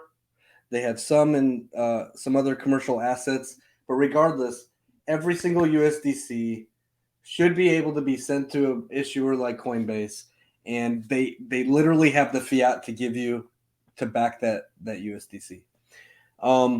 DAI is similar with the Maker protocol. You mint DAI by putting in ETH, right? And if you want to cash out or redeem your DAI, you send your DAI back to the Maker protocol, and it gives you $1 worth of ETH or $1 worth of USDC, because they also have USDC inside their protocol. So there is a little bit of centralization there inside a DAI, even though people say, oh, it's a decentralized stable. Well, it was until they started accepting USDC. So there is that risk. Regardless, every single DAI is fully backed. Okay. Now there's a whole bunch of stable coins out there. FEI, UST, Frax, a whole bunch of them that have no backing. That they have weird inflationary or deflationary mechanisms to try and maintain a peg,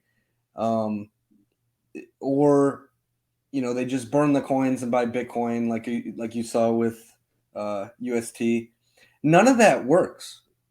And when you look at liquidity or liquid loans, At first, it seems confusing, but when you compare it to the rest, it's just so simple. It's simple. Every single USDL is 100% fully backed and always redeemable at any moment in time. It doesn't matter where you got the USDL, when you got it. If you have USDL in your wallet, of course you can go trade it and you can go swap it on a DEX or whatever. But if you want to, you can bring it straight back into the protocol. The protocol will grab from the lowest collateralized vault $1 worth of pulse for you and give that $1 worth of pulse and burn your USDL. It's literally like, think of a bridge. You know how if you were to go from one blockchain to another, the bridge, most bridges, will hold your original asset in a pool and mint you another asset. And you can always go back the other direction because, like, if you're going from Matic back to ETH, for example, you can take your coin from Matic, put it back into the bridge, it'll burn itself, and it will release to you the coin back on the ETH chain, right? It's simply a lockup and a mint. And that thing that's locked up is always backing and we're always redeemable for each other, that thing that you just got minted on the other chain. And the way Liquidity works and Liquid Loans, it's the exact same way. You put in a value of something, some pulse, and there's always way more value in pulse than there is USDL. It simply holds the value that it needs, keeps that locked, and then mints you a stablecoin. And if people need to redeem, they bring back the stablecoin, which burns itself, and it unlocks that equivalent value of pulse. There's always way more value in pulse backing all the USDL that's out there. It's impossible for it to be inverse. It's literally impossible for it to become a fractionalized. And that's the 110% minimum requirement on the collateral. Yes, for each individual. Right. But as a community, it has to maintain at least 150. Oh, okay. So what you tend to see, though, is usually the collateral level floats around between 200 and 400%. So in all actuality, there's usually about 4 times the value of pulse as there is USDL in existence. So let's say it does keep the stable coin, like it stays pegged. There's no way for it to become unpegged. Do you have an example of Liquidity or a fork of Liquidity? Because I know it's been forked many times where the actual Liquidity token has been successful, because every chart I've seen of Liquidity, even on other forks, because I know Ethereum, you guys were saying it was because of gas fees, but do you have an example of Liquidity where the actual Liquidity token survived or prospered or did well? Well, okay, so the problem, so the LQTY token, the third-party token, follows the price of ETH. The problem that Liquidity had is they literally launched at the top of ETH, at the very top of ETH. Compound that with the problem that they had VCs. VCs dump all their tokens immediately. So you saw a huge dump in price of the LQTY token right off the bat. But then it's literally following ETH ever since then. Okay, but real quick on that, I mean, you guys still have team tokens as well, right? Would you not consider that some form of VC token distribution? And you guys said to model it after what Liquidity did, correct? Everybody's locked, regardless if there's team tokens or even community tokens. People have chosen to lock for up to 2 years. So like everything's spaced out. You're not going to have. There's actually a very small amount of the supply that's going to be out in existence. Does the team have a required lock, or is that up to their own discretion?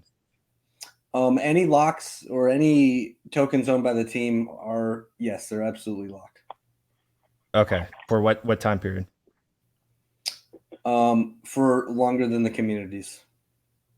Those are all very vague questions. So there's no set time the team tokens until are we release locked? the number, which is soon. Until we release the total supply, which we have. It seems like very like political skirting of like a straightforward of like team tokens are locked for this X period of time or not. So you just can't tell me yet, correct? I can't tell you yet. Okay. When we release all the everybody's token counts and everything, everybody will see exactly where everything is, and that's going to be very, very soon. We're Okay. like, What so what I think what is we're the status done. of We're just- what is the status of testnet? When are you guys expecting to hopefully launch on testnet? Hold on, hold on. Sorry, Motley. Oh. Before you move on to other topics. Yeah, go ahead, Tangent. Sorry. Jesse, can I quickly just ask you, like, so I'm a fan of liquid loans, but for the viewers, these three things sounded quite similar. So the one that you said where you can go and get USDC or ETH, the one where you're going and getting Luna, the one where you're going and getting Pulse, they actually sound quite similar. So what's the difference that actually, because obviously you're going and trading it for something that has a floating market rate. What's actually the difference that stops this situation that happened with Luna from happening in liquid loans to the USDL stable? All right. So first, every single USDL is directly redeemable inside the protocol. But Luna said the same thing, right? That you could redeem it for Luna within the protocol, like decentralized.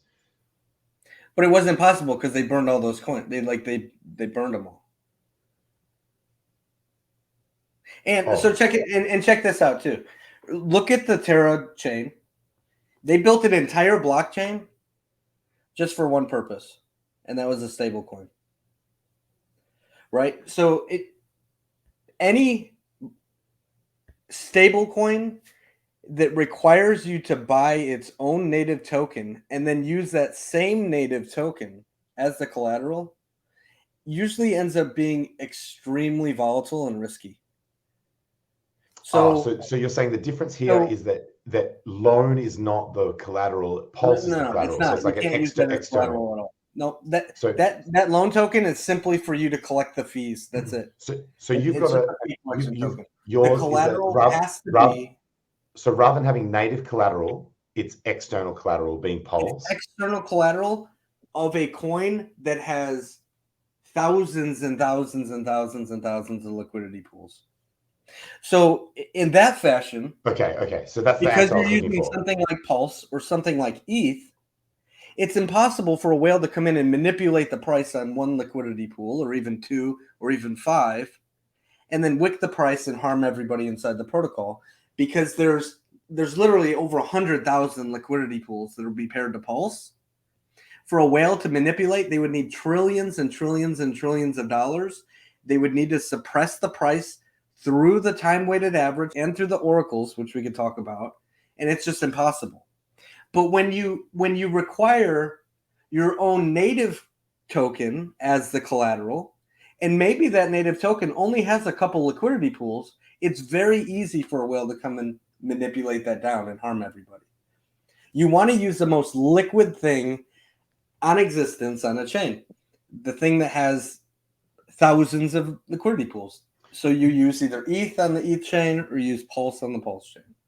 But if the USDL token did go off peg, could a similar death spiral occur or not? No, because no, because so here's what happens with liquidity pools. I think I get it. The question is, how fast does it recover? Liquidity has been around for just over a year now, and it has recovered time and time again faster than any other stablecoin. Let me explain why. When the value of a stablecoin dips, like you may see a stablecoin dip, like, well, this one's horrible, right? It's what, 30 cents or whatever it is now. But when a stablecoin dips, there has to be an incentive for people to buy it and raise that ratio back up compared to what it's paired to, right? Mm-hmm. You have to want to buy it. With liquidity, you want to buy it. If it dips to 97 cents or something, everybody in the world goes and buys it up immediately because they then can take that they got at a discount, that stablecoin they just bought at a discount, bring it straight back into the liquidity protocol, and the protocol will give them $1 worth of ETH for that in that split second. And then they can even swap that ETH back out as soon as they get it for a dollar's worth of LUSD or a dollar's worth of USDC. They just made an instant 3% or whatever profit. It took nothing at all. And there's actually bots that do this.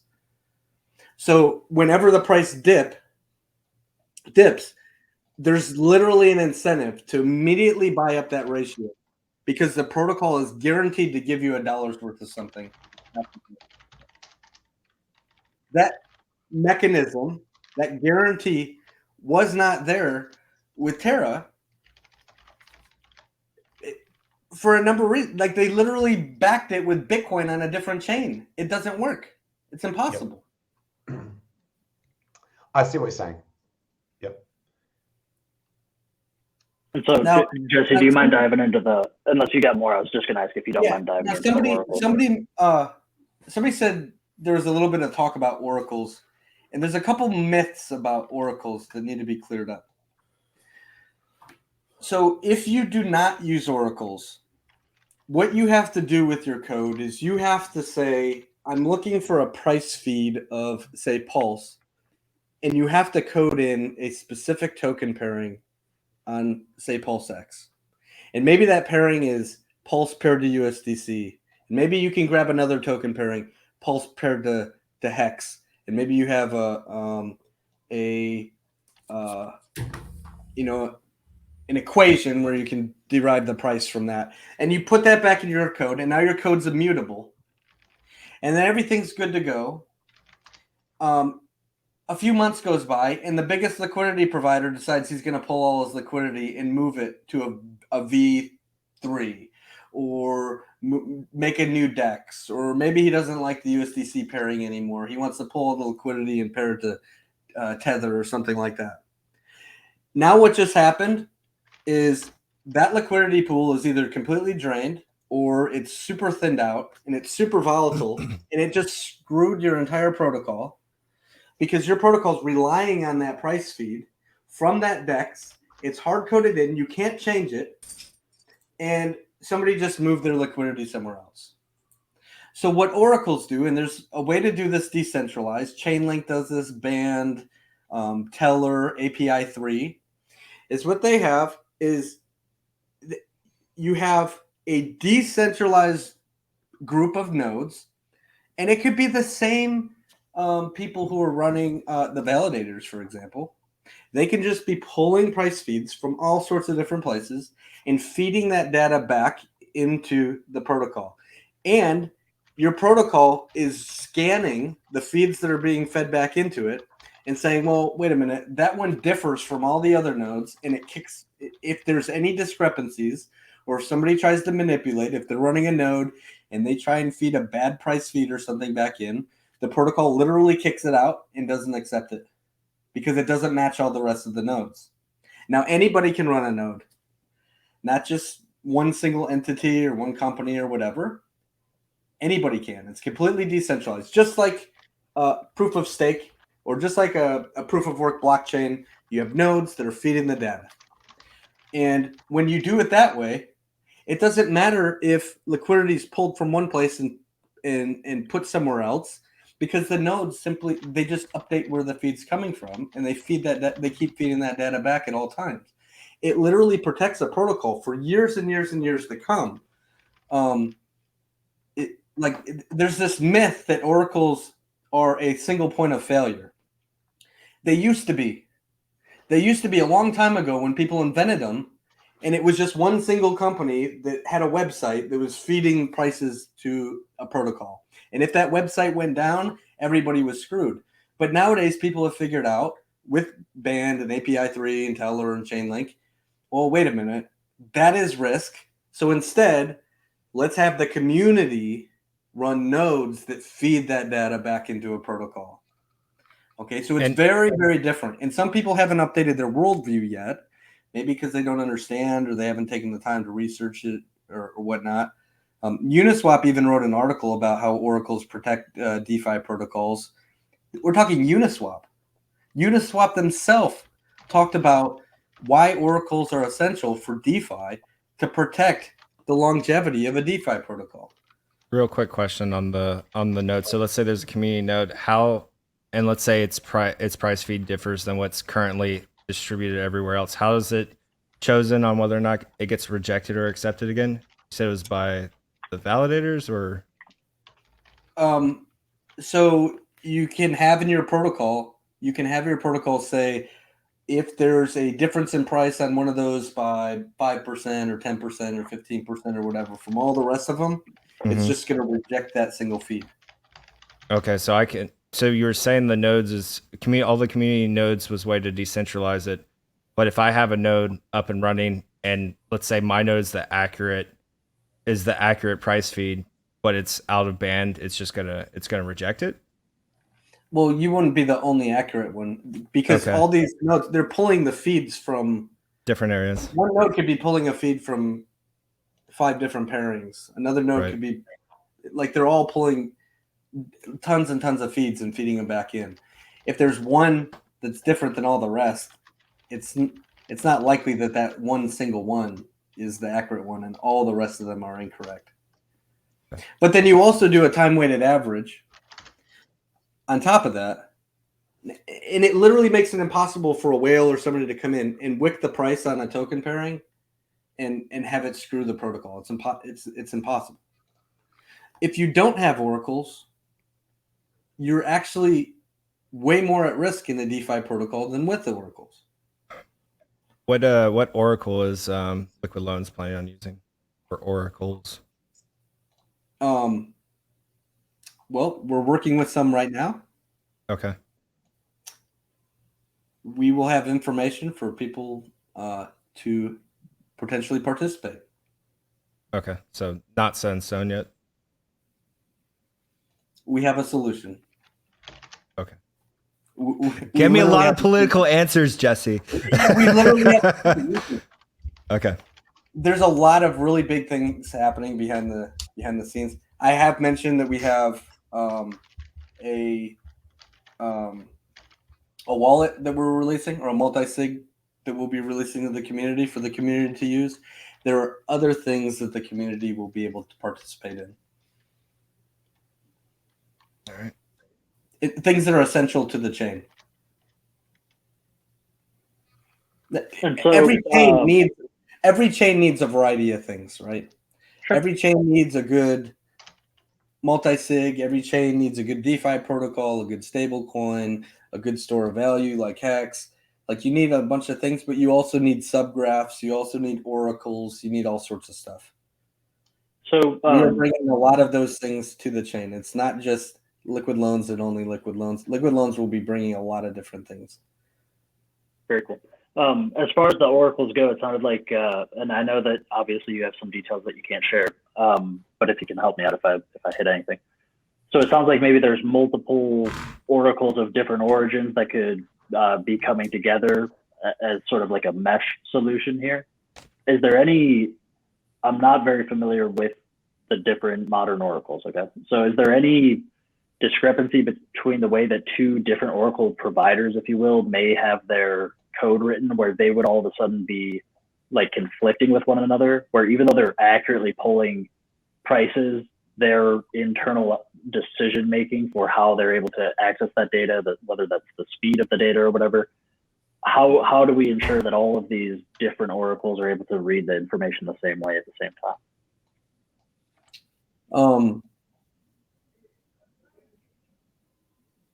I don't know the answer to that.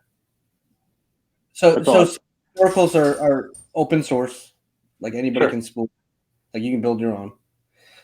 Some of them, are still decentralized with a little bit of oversight, I guess. Like Chainlink would be an example, where you just spool up a node and run it on their server, and they pay you coins and whatnot. For would returning. It be fair to say? That's another thing, by the way. So similar to how like a validator will get paid for processing transactions, node operators who are returning accurate price feeds that matches all the rest of the data that's being fed from all the other nodes, they also get paid. They get paid in some form of token. That could be paid in Pulse. That could be paid in some sort of native Oracle token like the Link token or something like that. But there's always an incentive for these people, these nodes, to be doing the right thing. Right. So it just so that I can kind of like envision the structure then. So multiple Oracle providers, but then the node network would be a much larger, community, if you will. And so presumably one node would be running one Oracle, or is it possible that one node could run the whole gamut of them, or one node, like one price feed, Okay. Node. So Sure you could do more, but okay. I'm just curious because then it's, I'd just be curious to see, or excited to see, however you want to phrase it, for oracles of different origins to maintain accuracy. And I guess, could you explain a little bit about the TWAP, because maybe that smooths out whatever different speed feeds these different oracles produce? Is the TWAP, right. Is your TWAP somehow able to keep the price in a decent range? Or there's also a little bit of a chicken and the egg syndrome here, because oracles pull data from exchange feeds is where they pull them from. So once an exchange lets pulse, that's where those price feeds for the oracles will come from. But then, like you can also pull feeds or prices directly from the dexes, but you have to time weight them. Because if all you did was pull a feed and then there's like from Uniswap or PulseX or something, and there's a wick, which you see sometimes, you see that with Hex too. There's just a big long wick for some reason. Sometimes up. It's like, oh, look at Hex, it's $10 for a split second. Like that could literally wreck people in a protocol. So you have your protocol just reading the feeds and saying, okay, we'll take an average over a period of time so that none of the wicks apply. Like it doesn't matter if there's a big wick, because obviously that's a little bit of manipulation or whatever. You want a smooth price to dictate what happens to your protocols. You just take an average. I just want to take a second. Like I'm reading some of the comments and stuff, dude. Like we're keeping it all civil here, I feel like, and we're all just like learning. Don't beat each other up in the chat, bro. Like this is a good opportunity. If you have questions, ask the questions. And like I should do a better job of bringing them up on screen or whatever. But we're just trying to learn here, dude. Let's say worst case scenario, this dude's gonna like bomb the whole United States. At least in front of 100 people, we could like talk to him for a minute. Like guys, even if you were just delusionally, what is that analogy, bro? Well, I mean, come on, like, you know how people get though. You know how people get in this community. They either want to put a bullet in you. We're all on a list now. Thank you. But that's one thing in the community that I'm trying to change a little bit, is that I don't think you should hate someone or dislike them. Like it should just be like, you should just learn about them and like. I can't even take GRC seriously with this Karen haircut he's got right now. Yeah, that's like. Let me speak to your manager. This is the pulse chain haircut. I said 1 year ago. I won't cut my hair. Haircut to Brooklyn. We're doing it. Okay, so let's recap on a couple of things just to remind the audience. Stable coins are essential. You have to have something that is worth $1 or $1's worth of something. Yes. You could always just bridge in USDC as well. As a community, we don't like centralized things because there's counterparty risk. So we don't necessarily like USDC because it's all controlled and has admin keys, and if they want, they can turn it off, and all the reasons that we talk about all the time. I like what's been proven to work so far. But we use it anyway. We use USDC anyway. There are others that work. So DAI is okay. Maker protocol is all right. Richard actually likes the Maker protocol. But we've identified a couple flaws with it. One, there's only one front end. They literally can turn off that front end and nobody else is running a front end. They have an emergency off switch, essentially. Now, the code you could build another front end to it, correct? That's not that's very different than an off switch. Just there's no other existing front end. Is it open source? Another one can be built. There's no other existing front end. Or you just go direct through. Okay, but I would say that is different than just an off switch, like say USDC has. Very different. Correct. You could still interact with the code writing scripts to interact with it, but not that many people know it. There's Right. enough. So- I would argue there's enough money tied up into it that new front end would be built. It would make 0 sense for it not to be. But it is a governance run system, which means it can be changed. There's voting that's all controlled by the largest shareholders, of course, which is just a handful of people who own enough of the controlling stake to change the protocol when they want to. And that's not the definition of immutable. That's not what Hex is, right? We like Hex because it literally can't be changed. So just a couple flaws with that, and they accept USDC, which has this, the counterparty and Tether and Tether. So what Liquidity identified these things, and they said, well, Maker's okay, but we don't really like multi-collateral. We like single asset collateral. We don't like governance. We like something that works and runs by itself. Oh, and we like that the fees from the protocol go straight back to other people inside of the protocol. 0 interest. There's no monthly payment requirement. It's literally just a stablecoin factory. You mint a stablecoin off of the value of something else. And there's always more value in Pulse or an ETH on the Ethereum chain than there ever is in the stablecoin. And the fees get fed right back to the community, and then people can do whatever they want with it. So it's just a little bit better than Maker because it's completely community driven and it's completely unchangeable. There's no counterparty risk. Other than the oracles. Well, Yes. they all have. I mean, they all have. Every DeFi protocol has. Sure. Yeah, of course. Doesn't mean except there's for not USDC and counterparty Tether. risk, though. Right. You can't just say there's no counterparty risk. I have to rely on these multiple Oracle mesh networks to agree on the price and for the nodes to not be a 51% attack using multiple oracles. So. You could say the same about validators. But I can't say the same thing about USDC. So am I going to just Different model. And the validators also have a rotation system in there, whereas the oracles are the oracles. Well, the oracles have a rotation system too. Do they? Right. So if you want to participate and feed data back into the protocol, and you want to spool up a node and feed price data, yeah, you're gonna have like it's really like almost no different than a group. So it's not using all of the nodes at the same time. Is it only using a select portion of the node Oracle network? I mean, if it's using all the feeds at the same time and they're all based on, say, 5 oracles, and 2 of the oracles are almost entirely, 51% or more controlled in the node network, then 2 of your 5 oracles are able to disagree. And now who wins the majority? It's a race 1 out of 3 for the remaining oracles.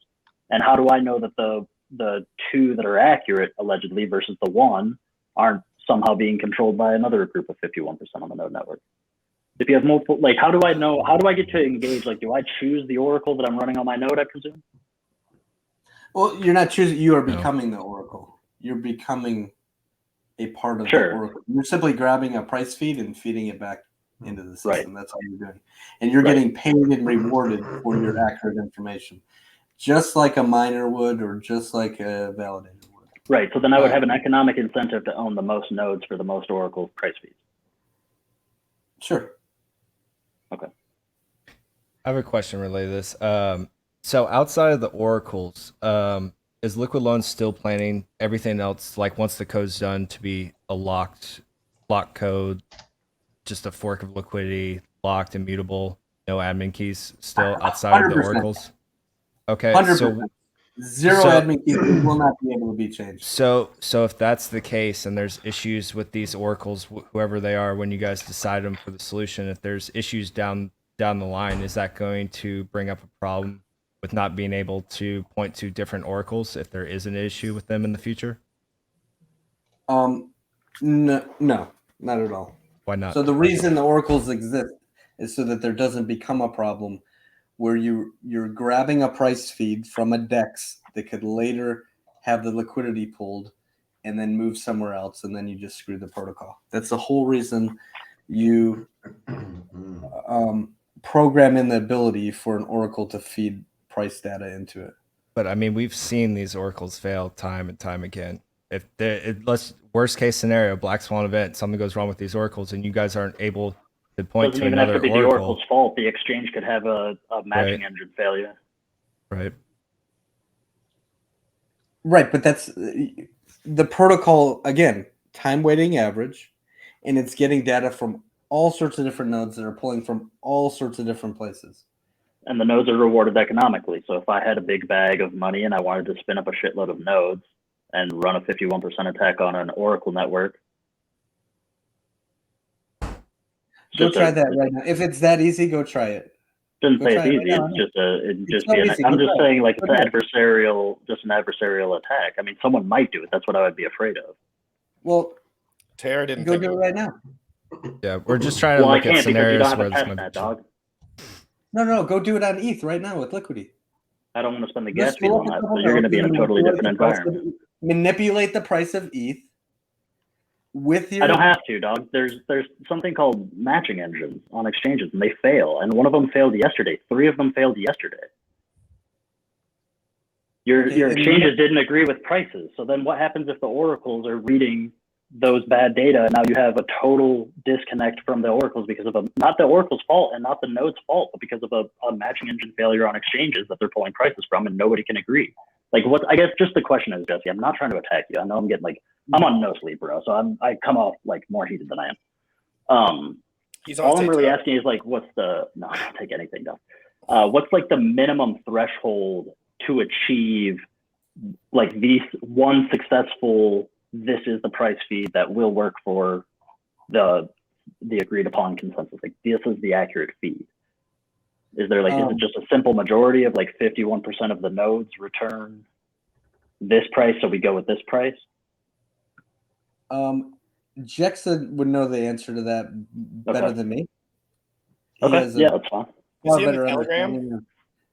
What's that? Is he in the Telegram? He's in Telegram. Yeah, he's in Telegram. I'm gonna post for everyone who would love to ask questions in general. We're gonna go on with the combo. I'm gonna post the Telegram right down below here, and go in there. Obviously, I think it's pretty open forum, and I think you can ask questions to everyone. Has different jobs, right? Some people. And Jesse, I want to clarify. Like, I'm not trying to attack liquid loans. Like, I would have the same critique for validators on pulsechain. Like, I don't want a 51% on pulsechain either. Right. So, so the reason these things exist, check it out. We could certainly say, you know what? Screw the oracles. We're going to trust PulseX, and we're going to pull one single price feed, and that's going to be the feed of USDC and Pulse. And we're going to get it directly from this token pairing right here. Okay. Our protocol would last like 2 months if we did that. And then something would happen. Richard or whoever would pull their liquidity and move it somewhere else. And the protocol would be toast. So what you do instead is you pull multiple feeds. You pull from Uniswap, you pull from PulseX. But even that's not enough. You have to protect the longevity. Can I ask a quick question? What you say, well, we have to pull from all the exchanges that will also list Pulse in the future. So you have people spool up nodes, and you have those prices fed back into the protocol, and then all of these different prices that are being read are being bounced off each other to ensure their accuracy. And if there's any weirdness, if there's any one thing that's a discrepancy from the rest, it kicks out that, and it's still time weights average to the rest of them to avoid wicks. And now you just saved everybody for years and years and years to come. Like, the reason these things exist is because you have a protocol that is reliant on the price of something.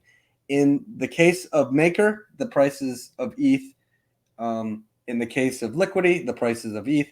In the case of liquid loans, you have to know the price of Pulse.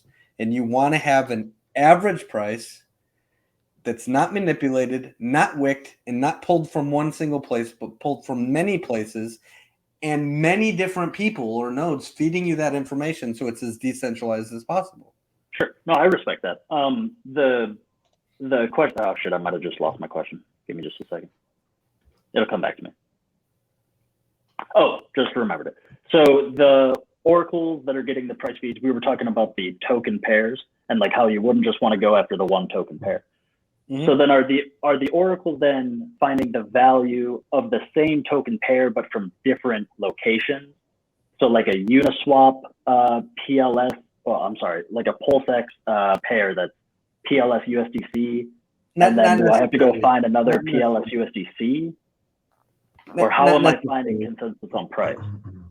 Not necessarily, because you could literally pull a pairing paired to hex. Or how am I finding consensus You could pull any number of pairings, and there's always a dollar value associated with that pairing. Okay, So and there then could be a is that- Pulse USDT pair. There could be a Pulse USDC pair. There could be a Pulse Bitcoin pair. And you always have time weighted averages, right? Because if Bitcoin dumps, there's always going to be arbitrage that fix it. But there's always a dollar value associated with whatever price that you're pulling. Okay, but So if I'm comparing a variety of them, sure. If I'm comparing, say, like Bitcoin and Pulse, and then say like USDC and Pulse, I'm doing a time weighted average. Presumably, I just lost it again, dude. I need to fucking go to bed, dude, and sleep. Like I'm wrecked, tough. dude. I'm wrecked right now. You need to be on 100% talking about this shit. Yeah, dude, because it's like as soon as I feel like I'm about to ask you a good question, I just can't remember it. It'll come back to me. Shit. Even Dr. Robotnik has his days. Dude, yeah, I got to put the AA batteries in or something, though. What happens if the Oracle Motley is no longer available? Motley, Yes, did you ask the question that I cut you off from? I don't even remember anymore, bro. we're all right. We've moved on from the initial. I'm sorry, man. I'm sorry. You're good. it's always available. You were talking about token allocations, team lockups, and things like that. That was the line of questioning that you were in. And I think Jesse said he'll answer it, but just at a future date. So right now, don't have answers for it. Go ahead, Orca, before you forget. Yeah, for sure. So if I'm taking like a Bitcoin PLS pair and then like a stable and a PLS pair, as Bitcoin, like that's one price from one exchange, right? That's one Bitcoin price. So then do I have to have a second observation from an Oracle of a BTC PLS pair? Because otherwise what I'm getting is there's this Bitcoin PLS pair and Bitcoin's price moves. And then I'm considering a time-weighted average of the cost of Bitcoin versus other assets that, one, aren't moving, and then other assets that are moving. And so how do the nodes get an accurate understanding of what was that's the question, is where's the minimum threshold? You clearly can't have an exact measurement of what Bitcoin is worth, even on a time-weighted average, versus another. Remember, the feeds are coming from an exchange, and they are telling you what the price is at that moment. Sure, but one, again, matching engine failures. But if everything was going smooth, and I have Bitcoin PLS on an exchange, that price feed is coming in, and I'm using that to justify what is the value of one PLS, and then I know that there's a stable PLS, and I call that $1 to whatever the PLS is. These time-weighted averages that you're making are variable. There's multiple assets that are moving either up or down in price. So then how do the oracles that are searching for different price feeds justify that the time-weighted average of hex that says that PLS is, say, one PLS per hex, just making numbers easy. But then this Bitcoin PLS time-weighted average does not equal, the two time-weighted averages don't actually equal the same underlying US dollar value of PLS because of however much Bitcoin moved over time versus however much the hex price moved over time. Now we've got two different time-weighted averages relative to the underlying $1 value of Pulse. So how do they, what's the minimum threshold where they go, these prices are within, 20% of whatever $1 worth of Pulse is, therefore it's acceptable? Do we know what that minimum threshold would be? Jexa would know. Okay. Or you can dig into the Liquidity docs and you can see what their threshold is. Sure. I'll try to remember what I said, and it might not even make sense to you, but I'll try to. You might want to write it down, but yeah. Good idea. Yeah. But Maker Protocol works the same way. It's been around for years. Liquidity works the same way. It's been around for years. People have this fear that oracles are a point of failure, when actually decentralized oracles are a point of Like, No, I like the idea. Effective. I'm just curious I guess the underlying mechanics of like how they agree at the end of the day. Because when you're doing multiple, especially like a broad basket of different asset pairs, I'm just curious how the oracles are able to justify, despite time-weighted averages, the relative differences because of volatility of any of the asset pairs that aren't stable pairs. I'm just curious. It would just be interesting to know a little bit more about how the oracles communicate, how the price feed agrees, I should say, within the protocol. Mm-hmm. So I'll try to reach out to Jexa about that. Am I pronouncing that right? Is it Jexa? Yeah, Jexa. Yeah. Okay, So I just want to make sure I'm not messing up. all coins, regardless if it's called a stable coin or it's called a shit coin or anything else, they move in price simply based on the ratio of what it's paired to. If you have a pairing of USDC to Hex and people swap their USDC for some Hex, you now have less Hex in there and you have more USDC in this pair. And now you just actually move the price, at least in that single pool, the price of USDC just went down a little bit. USDC, you slipped it. And that slippage number you see when you do a swap is literally how much you are budging the price. Yeah. Right? So if you swap USDC and it says you're going to take 1% slippage, you just move the price 1% in that pool. Mm-hmm. This happens with all coins, USDC, DAI, Hex, Bitcoin, everything. Okay. And really low liquidity things, you could throw 100 grand at and you could slip the price 95% against you. And high liquidity pools, you don't really move them at all. Stable coins are the exact same way. Stable coins are not actually $1 all the time. They slip as well. You put in more stable coins, you just move the price. Okay. What matters is the incentive to purchase that to bring the ratio back to right where it needs to be so that it's worth $1 again. With Liquidity, that incentive is you are guaranteed to be given $1 worth of ETH for each LUSD that you decide to click what's called the redeem button for. The same with liquid loans. So let's say the price of USDL slips and it's trading at 95 cents. It will only be for a split second because somebody's going to come right behind. What they're going to do is they're going to buy that USDL up. They're going to say, oh, 5% discount. Sweet. They buy it. It slips the ratio back up to where it needs to be. It's now worth $1 again. They just got a discount on USDL and they can choose to just hold it and do nothing. Chances are they're going to do what's called a redemption straight back into the protocol. All you do is fire up the dApp, click the redeem button. It's going to say how many USDL would you like to redeem. You say however many. It burns those USDL. It reaches into the lowest collateralized vault. Now remember, the average health of the ecosystem is over 150. But there's going to be some degens out there who maybe are doing it on purpose. Maybe they would like a good stop loss because they think Pulse is going to go down or whatever. Or maybe there's some people that just weren't monitoring their vault or whatever. This protocol during a redemption is going to reach into the lowest collateralized vault, the guy who's right there at 110%, and it's going to remove the equivalent dollar value worth of Pulse and give it to the guy who clicked the redeem button. And it's also going to eliminate that amount of debt from that lowest collateralized vault.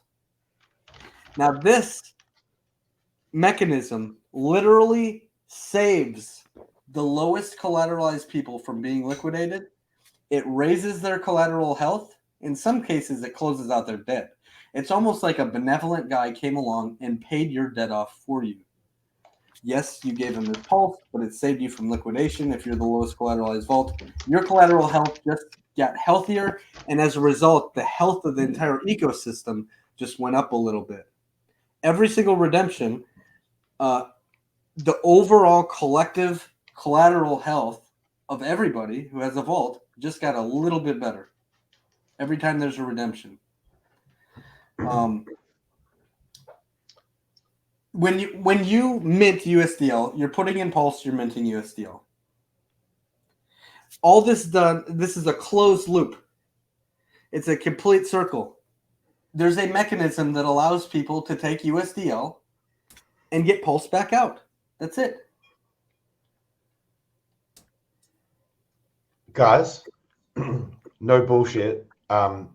Someone from Bloomberg wants to interview me about being wrecked by Luna. And so I'm going to hop on a Zoom call with her. And the second you get a link, of any sort, I promise I will use the opportunity to mention Hex. Nice. I'll say that Hex is the only That's what reason. they need, dude. Financial advice from the guy that just got the most wrecked. It sounds so unrealistic, but I love it. I can't imagine awesome. that because this is the first opportunity I've had to see whether they say that news people will just like twist your words and shit. I want to experience it. I want to say, like, be careful. What happened, and her be like, "Oh, Tangent said we don't even have to twist your words around here." As Tangent's drinking bottles of wine over there, clear your head a little bit. She came and watched the stream for a bit. I sent because she asked me to hit a Zoom. I said I'm actually on a live stream right now. I sent her the link. She came and watched for a bit. So, nice. She was actually one of check the any of and so she probably saw me just like GRC's on Bloomberg. Did Bloomberg get a look at those? Hell yeah.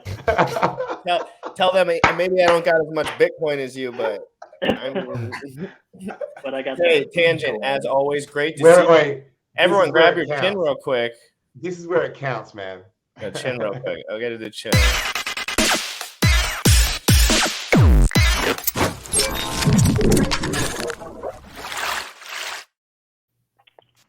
That's way too funny, dude. Gotta hop off. Bloomberg wants to hear how wrecked I am. That's the most random thing ever. Those Terra Luna plebs are always talking up a storm, right? Tangent, get your butt out of here. No, I'm just kidding. Tangent is amazing. So Jesse, and thank you for being transparent, Tangent. Just because we have like Luna, obviously top of mind and stuff, and I understand that the mechanism behind Liquidity and what Luna did with their crazy ass Ponzi redeemable thing just doesn't make any sense. But what is it, or what are the qualities about liquid loans that are able to mitigate like a bank run or like a liquidity run? Well, realistically, there could be a bank run, and everybody will still get their money. Every single person will still get their money out. If that was to happen, if you had billions of dollars worth of USDL and everybody for some reason at the same time said, we want to get our dollars worth of Pulse back out for this. It is 100% possible inside of this protocol. All those people can go back in and they can click the redeem button, and the system will reach into the lowest collateralized vault all the way from the top to the bottom, or bottom to the top, and it will remove $1 worth of Pulse from each of those vaults and pay it to the guy clicking the redeem button. And it will leave behind all the excess value of Pulse that was all left in those vaults, and everybody will they will have cleared out all their USDL. There won't be any more in existence. It'll all have been burnt, and there'll still be a bunch of Pulse left in the system. Okay? So it literally is possible. Now, it's not going to happen. That's ridiculous to think that would happen. But it could, and everybody would be able to get their money out. So you said they'd be able to get their money. So essentially, in that terms, they're getting the token out. But there's no slippage when people do that. Is the value? So you'll get your Pulse out, but are people going to feel the value loss on the loan tokens in at that point? If people are doing that, the value of the loan token would be shooting through the roof. Why? Here's why. Because there's a fee to do that. When you mint USDL, there's a 0.5% fee. That fluctuates based on the health of the system, but it's typically 0.5%. The USDL you mint, 0.5% of that gets shaved off, and it's paid to the loan token stakers. If there's a redemption, there's also a 0.5% fee That fee also fluctuates based on the volume of redemptions. And that fee gets shaved off of the pulse that people are gathering when they're clicking redeem. That pulse gets paid to the loan token stakers. These redemptions don't happen all the time. They happen long enough to bounce a peg back right to where it needs to be. But if there was a giant bank run, there would be so much pulse getting shaved off in the form of fees, getting paid to the loan token stakers. The stakers would just be like raking in fee after fee after fee after fee after fee. Sure, they're catching the leaks. So what? I guess then just to try, like, let's try to break liquid loans is the way I'm coming at this, but it's not violent like that, bro. So we know that when UST lost its peg, it created that kind of death spiral loop, and I understand that the peg of give me your ticker again. It's USDL, right? USDL. Okay, USDL. USDL. And then If there's the USDL one that captures the fees. which captures the fees, okay. But if USDL say just drops to 97 cents on the dollar, is that a fair way of observing that? Then Sure. I come in, right, and I choose to buy that discount. I buy that 3% discount, which has to reach into someone's pocket. Is there any mechanism that could stop me or a whale from trying to punish the USDL peg just to scoop the arbitrage opportunity of someone else's collateral? Granted, it's the most degen, lowest collateral first, but we admit that the USDL can, even if only momentarily, fall off peg. But if I can do it in one moment, could I do it for a series of moments? Well, there's a number of things that would prevent you from doing that. So one, it's always cheaper just to swap on a DEX than it is to redeem, because the minimum fee to do a redemption is 0.5%. What's the fee over on PulseX? Sure, but in this scenario, I'm an adversary. Like I'm not interested in just redeeming my pulse. I'm trying to punish the peg to liquidate people's positions. Because Right. if I could punish the peg, I'm just shopping other people's pulse at a discount. So you're gonna throw away a bunch of money. You're gonna throw away a bunch of USDL to then try. You'd have to have some USDL that you kept for yourself to then go redeem that USDL for the same amount of USDL that you just dumped to hurt the price. It wouldn't be redeeming the USDL. Wouldn't I be selling the USDL? Well, if you're going to dump imagine what you just said. Right. You want to harm the price of USDL, which means you have to dump a bunch of it and drop it to 95 cents or 90 cents, whatever you manage to drop it to. You have to literally give up your USDL to do that. So you're dumping some USDL. That's gone. That's out of your hands. You just lost it. But I'm going to be made whole though on the arbitrage opportunity to buy the discounted USDL, and then I'm going to fish that out of someone else. You're going to dump it just to buy it right back? I'm not buying it. I'm dumping to break the peg, but then I'm taking the purchase discount. If this is how the mechanism works, you told me that if we dump the USDL, say it's a significant enough point, then I go and I redeem the discount, which means it's pulse coming out of someone else's pocket. Whereas before it was my pulse to my USDL. Now it's my USDL to someone else's pulse. And then I can take that pulse and I can spin it out for another USDL. Okay, so just think about this for a second. Let's say you dumped them $5 million worth of USDL to try and budge the price. And you kept 5 million USDL for yourself so that you could run a quick arbitrage and hope that you're the quickest guy. So the USDL that you just kept, you just clicked the redeem button for, and it reached into the lowest collateralized vault and it gave you $1 worth of pulse for each of those USDL. So now you still only have 5 million USDL because you just redeemed your 5 million USDL that you had. You dumped the price of them, but you dumped the price on yourself. And at the end of this, you literally only have 5 million. But that's assuming that I'm the only one dumping at the time, right? You didn't gain anything. You didn't gain anything at all. You actually lost some value because of the fees. Except, so like in the situation, this is super edge case. this is just super edge case, right? But let's say that I have a multiplier from being a sacrificer and I've time locked it, and now we're in the future. So I've essentially given myself a better than 1-to-1 price on my initial position.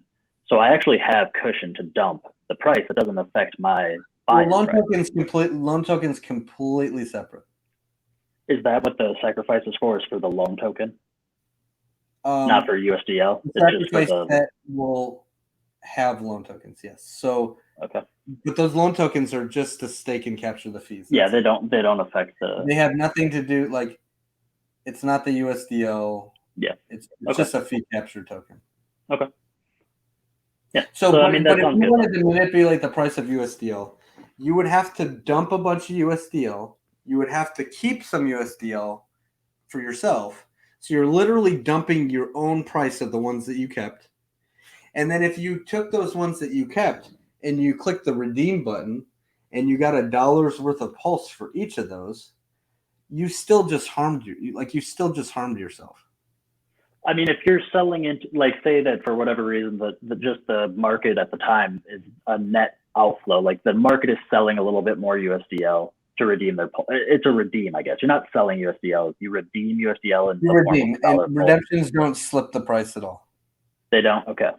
So you have to sell USDL to try to split the price. Instead of ratios, it just grabs from the vaults. That's all it's doing. It's not changing the price feeds or anything. It just goes into the lowest collateralized vault and it grabs some of that pulse, and it doesn't move the price at all. Okay. That clarifies some stuff. And there's also this thing called the stability pool. So that stability pool handles any liquidated pulse. So as an average, like, most people are going to be over collateralized, or at least over 150%. But for those few people that choose to keep their collateral very low, some of which do that on purpose, by the way. Imagine if you collateralized ETH and you said, you know what, I think ETH is going to go down, by 50%. So you collateralize to the minimum. You put in 110% collateral, and you knew as soon as the price moved 1%, you were going to lose your ETH in the liquidity protocol. You lose your ETH. You already got all your value up front. You have all that LUSD. The price kept on going down. You just had a good stop loss. Okay. So that's an example. Some people will literally choose to cash out and use this as a stop loss. Not everybody. The system won't let everybody do that, but some people will choose to do that. You may even see protocols that say, hey, we need a big sum of stable coins to pair against our token. Maybe that's the Power City thing, or maybe that's the Fiat, or maybe that's Pulse Doge, or any of these other protocols say, hey, you know what? We want a stable coin to pair with. Well, guess what? They actually have to mint some of them themselves. There's only one way to make these stable coins, and that's to put in some Pulse and mint against that. Some of these protocols may wish to under-collateralize, put in the bare minimum 110%, knowing that they're going to have basically a 10% fee to mint millions of dollars worth of USDL. And that Pulse would get liquidated if the price of Pulse went down a bit. But it's very simple how that works. Those Pulse get spread across the stability depositors in the protocol, who all pick up a little piece proportional to what they have in for USDL in this big stability pool. And their USDL burns as if they're paying the debt instead of the original borrower. So the original borrower lost their Pulse. Their debt is closed. The stability depositors purchase that debt out of their big stability pool and burn some of their USDL to pick up that discounted Pulse. None of the price moves during any of this. And this is another problem with the other stablecoins. During a liquidation, other stablecoin protocols take the collateral and usually they dump it straight on Uniswap or on another DEX, which further harms the price. For example, Terra, there were some manual requirements there, but for them to try and peg the value back, the founder would have had to take that Bitcoin and go further dump the Bitcoin to purchase UST back up again. right? He has to he has to literally dump the price to try and pump the price of something else. In liquid loans, that doesn't have to happen because you have a giant stability pool with a crap load of USDL sitting in there waiting, ready to go from all the stability depositors. In the event that there happens to be a liquidation, some of that burns, they pick up the pulse, no movement in the price. Okay. No, I mean, I like the sound of this more than obviously than what we saw with Luna. Just a little and bit. right, yeah, no shit, dude. So, but I need to become a little more educated on the oracles and just how that kind of consensus is formed to really feel like I have my hands around it. But as far as the general backing things by having more of the important stuff than what you can get in terms of a loan, that makes total sense. So you've helped clear, and dude, I'm getting trolled in the chat because I fucked up what the sacrifices for. Like, bro, get at me, dude. Good. How about you do fucking 30 minutes of help for the community instead of talking shit? But so it's down, Orca, down. Yeah, no, dude. Like, bro, I'm tired, dude. I'm up for 2.5 days. Like, come on. But no, I really appreciate these answers, dude, because they're helping me paint a much better picture of the project, dude. And it's probably like the second or third time I've heard you answer some of these questions, but you know how it is, dude. Needed to sink in. Yeah, listen, we literally looked at all these stable coins almost a year ago, it feels like. And we said, we know that pulsechain needs to have one. If pulsechain doesn't have a stable coin, then there's something wrong. Every blockchain has a good stable coin, whether it's DAI or Liquidity, but there's a lot of broken ones. In like one by one, Christian did a lot of the legwork before we even started digging into it, the rest of us. But like, we looked at every single protocol and we said, what are all the failure points? What are they using to get their price feeds? What are they using for collateral? Is it okay to use your own native coin as collateral? Well, that sounds dangerous, and here's why. Because there's only a couple liquidity pools. And like one by one, we literally crossed them all off the list. And there was only 2 left standing. And that was either Maker Protocol or Liquidity. And Liquidity literally beat it in every single way. Now, the only issue that Liquidity has ever had, it's not the protocol. You could talk about the price action of the native coin, but that's because of how they decided to launch and when they decided to launch. They had no locking mechanisms. They didn't have a good community. They had, like, we have a 10 times the community, in quantity. They don't have so what locking mechanism are you guys bringing that they did not? So take the community out of it. What locking mechanism are you guys bringing in that they didn't have? Well, we have people locked out month by month all the way out to 2 years. Okay, so you're talking for the we literally have community members that are vested in making this thing work and spreading the knowledge of this thing out for years and years to come. And it also the supply will be released at some point. So regardless if they locked it now, but instead of releasing it all on day one, instead of just, okay, here's all the supply, day one, do whatever you want with it. It's a slow release, which gives the community time to spool this thing up and like make it big over the next 2 years. I'm just trying to see if there's enough differencing factors or combating factors that give the loan token protocol a chance for success as opposed to all the other liquidity forks that have come forth so far. Because there isn't one to date that has really become successful, is there? Well, you could say that it's on like 4 or 5 chains now. Right, of course. Teddy Cash has what, 100 people in their Telegram? Maybe. Okay. Maybe 150. So community and locking feature based on sacrifice is the difference that you're saying. Okay. Listen, community will make anything work. Look at SafeMoon. I think Richard just talked about SafeMoon the other day. It's literally a shitcoin. Why did they do a 60,000x? Because they had a community. They had good marketing. Everywhere you looked, it was SafeMoon this, SafeMoon that. Everybody was talking about it. It was a shitcoin. It did a 60,000x. They had a great community.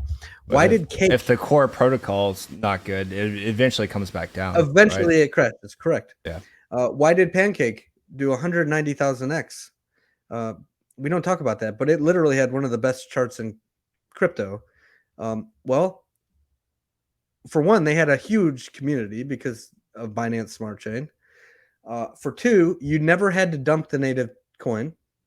When they introduced single-sided staking, for example, it was genius because now you had a method of staking a token and getting other tokens that you could go dump.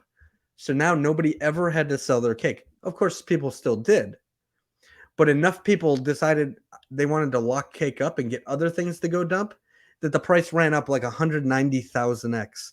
Now, Richard's seen the value of that. Of course, now he's made PulseX to do the same thing. Liquid Loans does the exact same thing for Pulse. You no longer have to sell your Pulse. Now you can get something else that you can go dump. And you don't have to sell your loan token if you don't want to, because you can stake that and you just earn the fees in USDL and Pulse. So there's only a handful of protocols that have done this, by the way. PulseX might, okay, first Cake, second Liquidity, third PulseX, fourth Liquid Loans. There's not a whole lot of, I think there's another one that might be called Lava, but they're brand new. But there's only a handful of protocols that allow you to stake something and get something else residually that you can go dump. And these always do really, really, really well. You can look at the price of the LQTY token. And you can say, oh, look, it went down. It went down 90% or whatever. But if you actually look at the yield those people who staked it made, those people are way up. There's an average annual return of like 260 some percent on those because they're getting other things that they're able to go dump. And if it hadn't have been for launching at the top of ETH, if it hadn't have been for venture capitalists at the beginning, if they had better marketing, if they had a bigger community, and if they didn't have 24 other lending protocols that they were competing against, the price of the underlying token would have done much better. I'd argue that it did well staking it because people were earning lots and lots of other things. They still are. You can earn ETH and you can earn more LQTY token. The price of the LQTY token did not do well in the first 2 or 3 months. And there's specific reasons for that. And we've mitigated all those reasons. And we're launching at the beginning of a brand new blockchain with zero competition. So we can capture all in the value of Pulse. And the LQTY token, that's the same as the the stakeable loan token, right? In your protocol. The LQTY would be the equivalent of the loan token. Okay. I just want to make sure because you see, obviously, I'm not in here, but okay.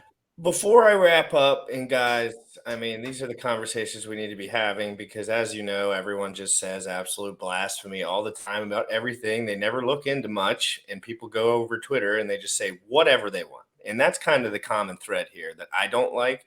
And it's not like these guys in particular that I'm bringing on this show, obviously. It's like most other people that are just kind of like loosely moving through, hearing some stuff. There's people that want to defend everything RH does, but in the same voice, they'll contradict the exact words he says when he's streaming by saying like things should, a lot of the concepts he says, people are just like territorial, right? We have to be more open-minded as we move forward, I think, because obviously like it's pretty intuitive.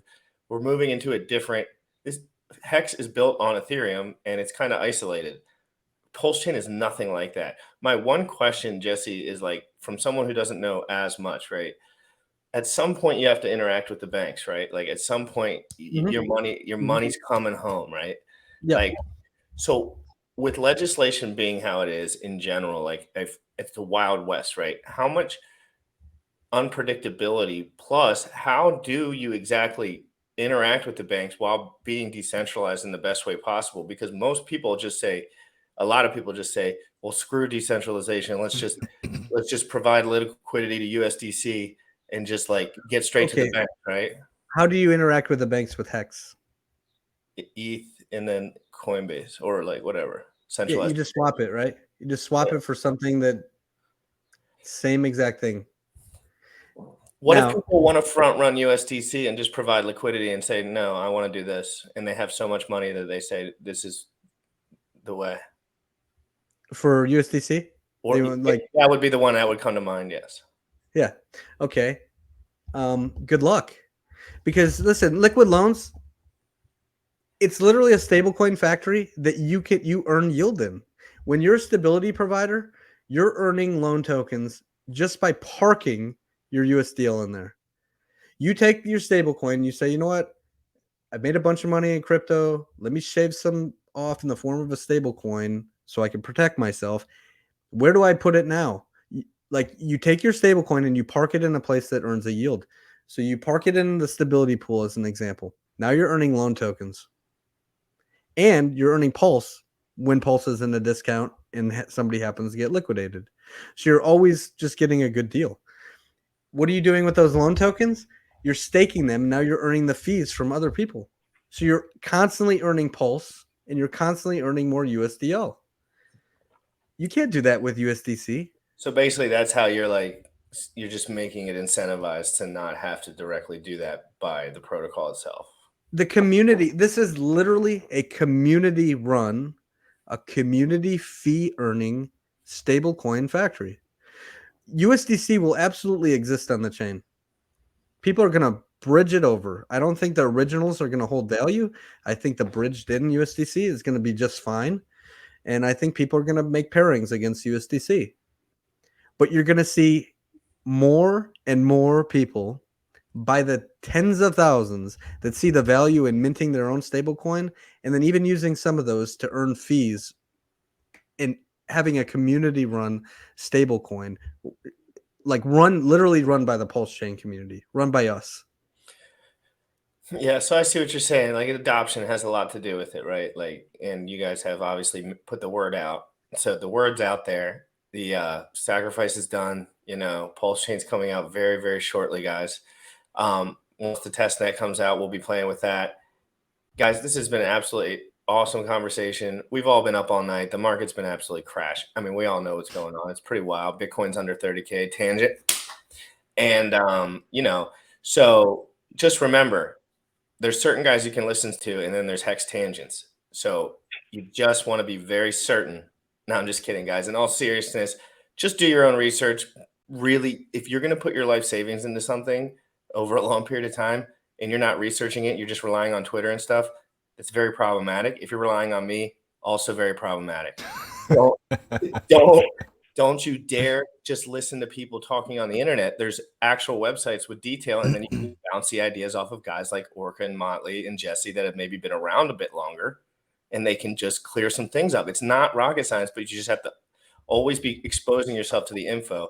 Guys, thank you so much. Does anyone want to say anything before we get out?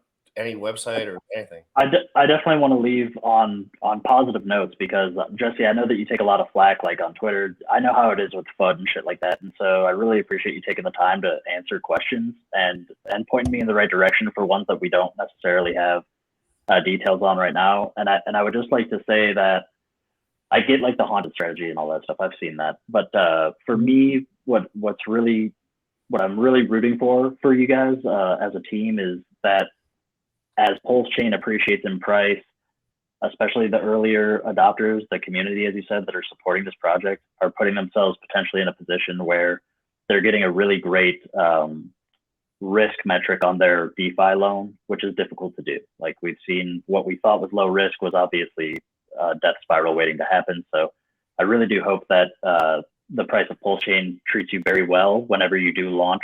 I'm not sure if you're launching right away or if you need time or whatever. But I do hope that the chain continues to do well. And I hope that people who don't adopt as early do really keep in mind the importance of collateral and over collateralization if we live in a future where Pulse Chain has done a phenomenal job appreciating. Because 80%, 80%. The system forces average safe collateral, but I encourage everybody to over collateralize themselves. Put more value in so if when the price of Pulse goes through some volatile times, you have the potential to keep your Pulse. But also remember, if the price dips down to the value you've already got in the form of USDL, you had a really good stop loss because you got all your value up front. Just keep that in mind too. Right. And listen, this is a community. This literally is a community protocol. the Pulse Chain community will run its own stablecoin, which very well could become the dominant chain or dominant stablecoin, not just on this chain, but bridged over to multiple other chains and be known as the stablecoin that came from the Richard Hart ecosystem, that came from Pulse Chain. This is a very real possibility. Probability even. I like Look it. at the You liquidity know, protocol. Look how stable it's been. Look at how the peg is maintained all the way back to the beginning. And just know that we have a better and smarter community bringing it here to Pulse Chain. very cool, man. All right, guys, I'll just type in one message. Yeah, I'm going to get off right now, guys. Thank you so much. I'm gonna go take a nap. Yep, take a 72-hour nap, guys. Pretend like crypto sleeps, because you never know when we wake up. You just want to protect yourself, guys. Don't over leverage what you need to spend on your stuff at home. Please just be careful with your families and your money. That's always important. Guys, great to see you. Go to my Instagram and my Twitter and follow me and subscribe if you have not already. Hit the bell. We're trying to do shows like this every day where we really get down to business, guys. Have a wonderful day.